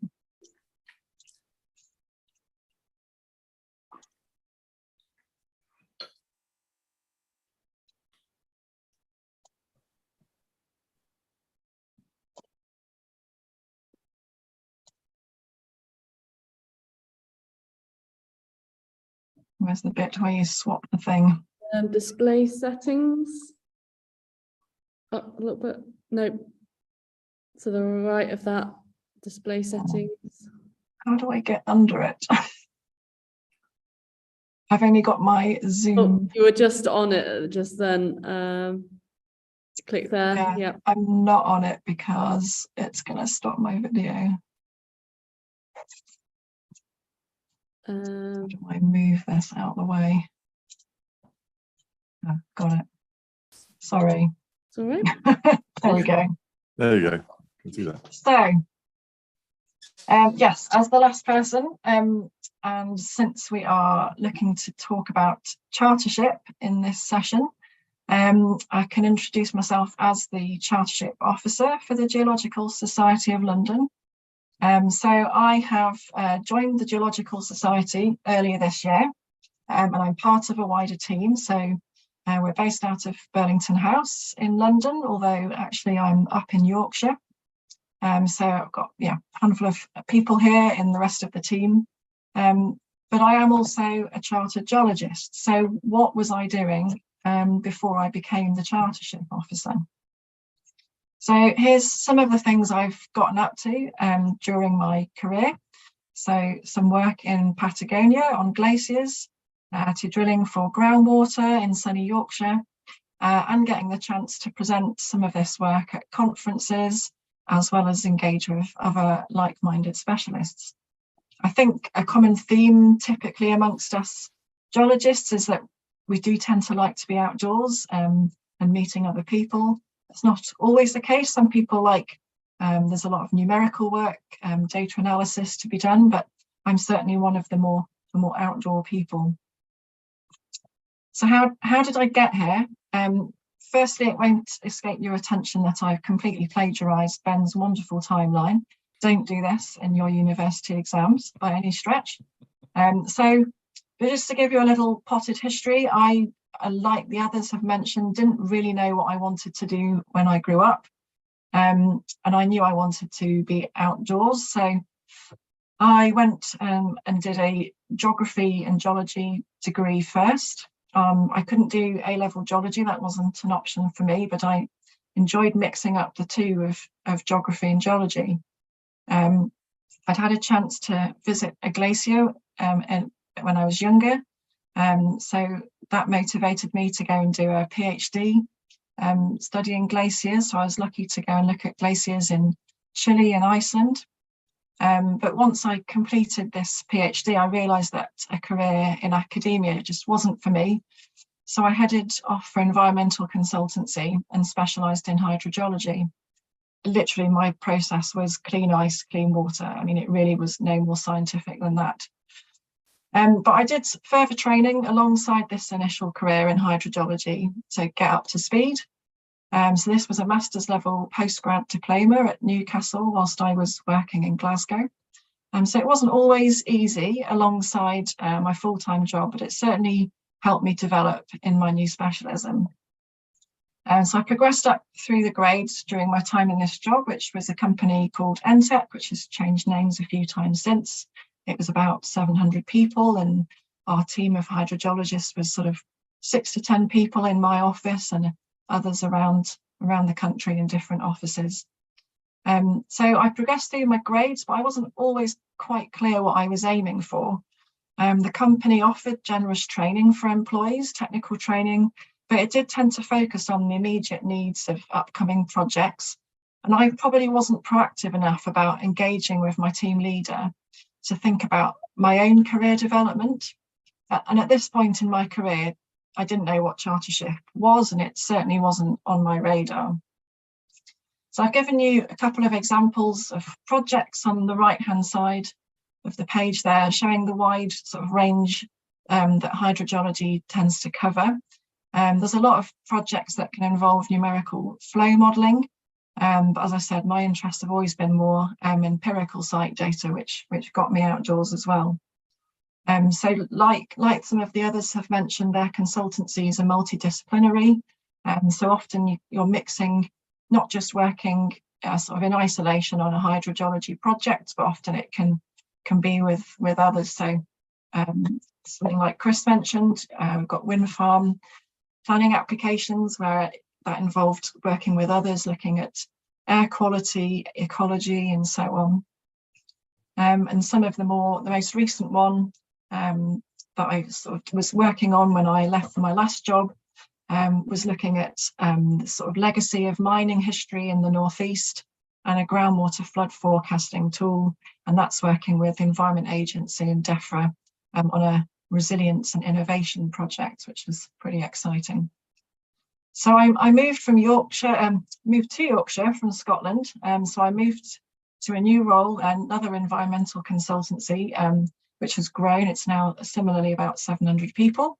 It just gave me the opportunity to gain experience in some different types of projects. Again, training opportunities were well provided, and they were certainly keen for me to get my chartership as soon as I arrived. But I was always busy, there was always other things to be doing, and after a lot of procrastinating, I would say probably 6 to 8 years after I could have probably done it, I eventually did complete my chartership in 2020. Using the extra time I had whilst furloughed to finally get it done. However, what I would say is it made me realise why I should have done it sooner. And ironically now, I've got the opportunity to share those reasons with you as the chartership officer. So what is chartership? Everybody that's on this panel is chartered, and you've probably noticed that they've become chartered at sort of different points in their career. So chartership is a formal qualification. It's a peer-reviewed professional accreditation that goes above and beyond your academic training. There's a level of eligibility. You have to meet certain criteria, which is beyond a master's level qualification. And if you don't have a master's, you need to be able to demonstrate the equivalent experience. So there's many routes into chartership. And as we've shown, we've all had different career pathways that each have just as much merit. But you need to meet these competency criteria, which include things like your level of geological knowledge and understanding and how it's applied, as well as demonstrating your professional approach to health and safety and presentation skills. So why would you want to be chartered, and what are the benefits? So whilst you might have your educational background, once you're out in the workplace, you might be practicing geoscience in quite an applied format. And I think, as everyone's demonstrated on this call, you're working with a wide range of people and working with a wide cross-section of different industries. For example, the management of nuclear waste, engineering geology, hydrogeology, and some of the others that Chris had mentioned in his talk there. So the chartership provides this formal accreditation to demonstrate your professional standing to others that you come across during your work. So that's clients, colleagues, regulators, planners, and the general public. So it's not just about your level of specialist geoscience knowledge. It is about your presentation skills, appreciation of ethical behaviours, and things like implementing rigorous health and safety. So what are the benefits? Why, aside from providing that professional accreditation, some of the tangible benefits, companies increasingly use chartership status to benchmark promotion opportunities. Obviously, these are the sort of things that can motivate you individually for pay rises, but there's some of the wider benefits which are not always as tangible.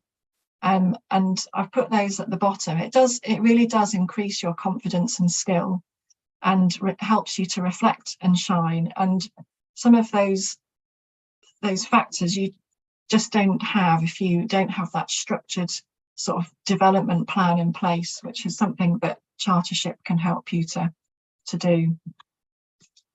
So if you're at university now, or even not at university yet, why would you think about this now? It seems a long way ahead.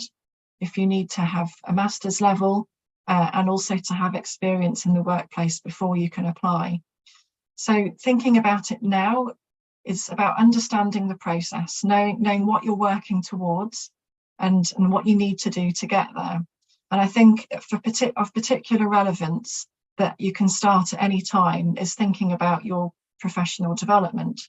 And if you can record this, which is required as part of the chartership process, this helps to give you some structure in thinking about how you want to move forward and how you want to gain experience. So if you're looking at your CPD, you can be proactive with your employer. As I showed with my own history, I probably wasn't proactive enough. I didn't really quite know what I wanted to do.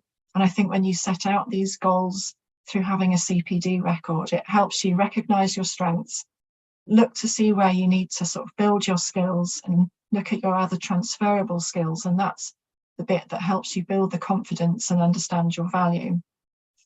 It's the sort of thing you can't do at the end of a year and think, I'm going to record all the CPD that I've done this year. You just won't remember everything. So start recording it as soon as you can do it, and understand what it is that counts as CPD. It's not just going on a training course. And we've got a lot of guidance online, and there's all these different categories. But just to pick one up of these is we have a mind map that shows you what's really important is on-the-job training. Now, on-the-job training obviously can include your technical geosciences knowledge, but it also covers all these other areas of working in a professional geosciences role. So yeah, they just help you, if you record all of these things on a regular basis, things that you might not always think immediately as being something that counts as training. It just helps you to build up that picture of how you're going to develop. So chartership, what does the future hold? It's only going to become more and more important in the future. I think especially as some of our areas in geoscience are becoming more regulated, you need a way to set yourself apart from the crowd and shine in what you do. And increasingly, some of your key pieces of work that you might be involved in the workplace need to be signed off by a competent person.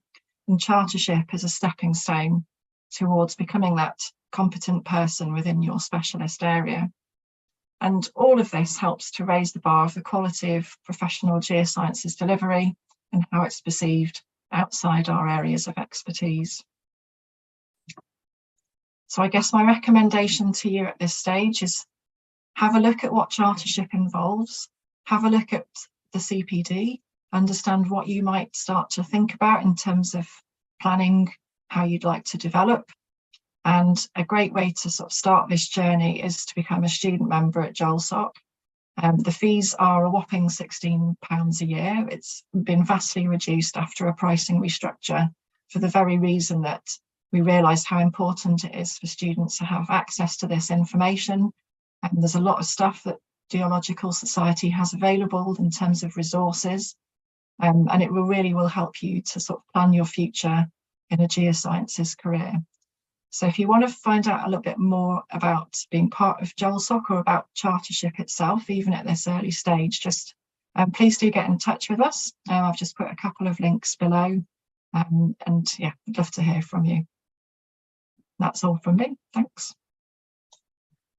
Thank you, Eleanor. That was a really good presentation and very comprehensive. So thank you so much for that.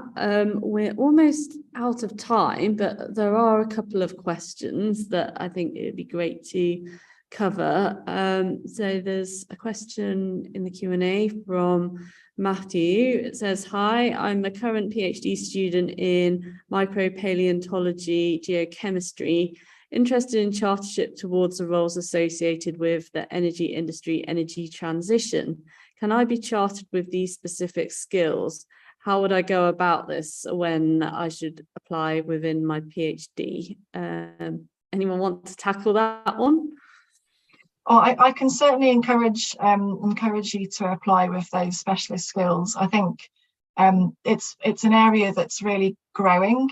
I think when you sort of look at the makeup of our sort of chartered members, we are dominated by engineering geologists, and I think that's sort of reflected in the panel that we have here. But I'm absolutely seeing increasing numbers of applicants coming through in relation to sort of energy transition areas, and as others have set out in their talks in terms of the future of geosciences, you know, it's absolutely a growing area and vitally important that people like yourselves are involved.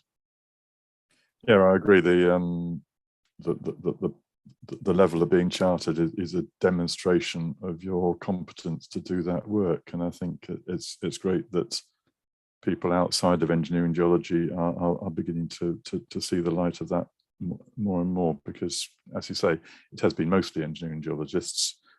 I think the role was started through the engineering side because we all used to be chartered engineers. When I was, just before I was a graduate, we were to become chartered engineers, and then the Institution of Civil Engineers said, hang on a minute, you're not an engineer, you're a geologist, you can't become an engineer. And so there was the Association for the Promotion of an Institute of Professional Geologists, or something, the APIPG, and then eventually it became accepted by the Geological Society as an official recognised role. But to see people from the oil industry and even from academia to come into becoming chartered, I think would be a great thing. Thank you. Ben or Melody, do you have any further thoughts? Do any of your colleagues have kind of a different specialism to you that have become chartered? I think we find a lot of people now that I talk to, because I'm trying to promote chartership within my business, is that people think that the path they've taken for their work means they can't become a chartered geologist because maybe they're dealing with estimating and tendering for a project or other aspects, and they don't really think about it until you actually sit down and discuss how much geology underpins an awful lot of different areas. So yeah, I would say always give it a go. If you can link geology into it, then there's no reason you can't apply and start putting your CPD together. Look at the mind map. That's really helpful when you go into the details of individual aspects for all those that Eleanor showed, of how an awful lot of what we do counts towards your professional development. And there's an awful lot of that out there. Yeah, to sort of piggyback off the back of that, chartership is just a demonstration of that you're competent in your field within geology. One of my colleagues has just applied to be a geodigital engineer, And so that's basically there's going to be a huge push into digital and applying digital technology into the role of geology. And she was sort of wondering, oh, do I apply? And I was saying, yes, of course you do. Like you are managing geology, but just through a digital format, and that is so relevant. So yeah, there's so many applications, and the one in the question is equally as valid. Thank you. So there's a question on YouTube, but I know it's going to be a very difficult one to answer, and it's the age-old question. How long does it take to go through the chartership process and become chartered? Become chartered. So I think it depends on where you're at in your career. You might be ready to apply right now, and you can go through it in a couple of months from submitting your application to being formally elected for chartered status. But there's nothing to stop you starting earlier. So it could be something that you take a few years over, because you've got to be able to build up that CPD record, have a look at the chartership criteria, and plan ahead. If you might meet some of them already, but you might realize that you still need to gain some wider experience in your job role in order to be ready and to be competent. So I think it can take from a couple of months to a few years, depending where you're at. So I think sorry, Chris, go on. Sorry, it used to be defined that you had to have at least 5 or 6 years experience before you could even start to apply. But I think they've taken away the specifics of that. There's not a However, the phrase remains that it's unlikely that you'll have enough experience to demonstrate competence before you've been working for about 5 or 6 years.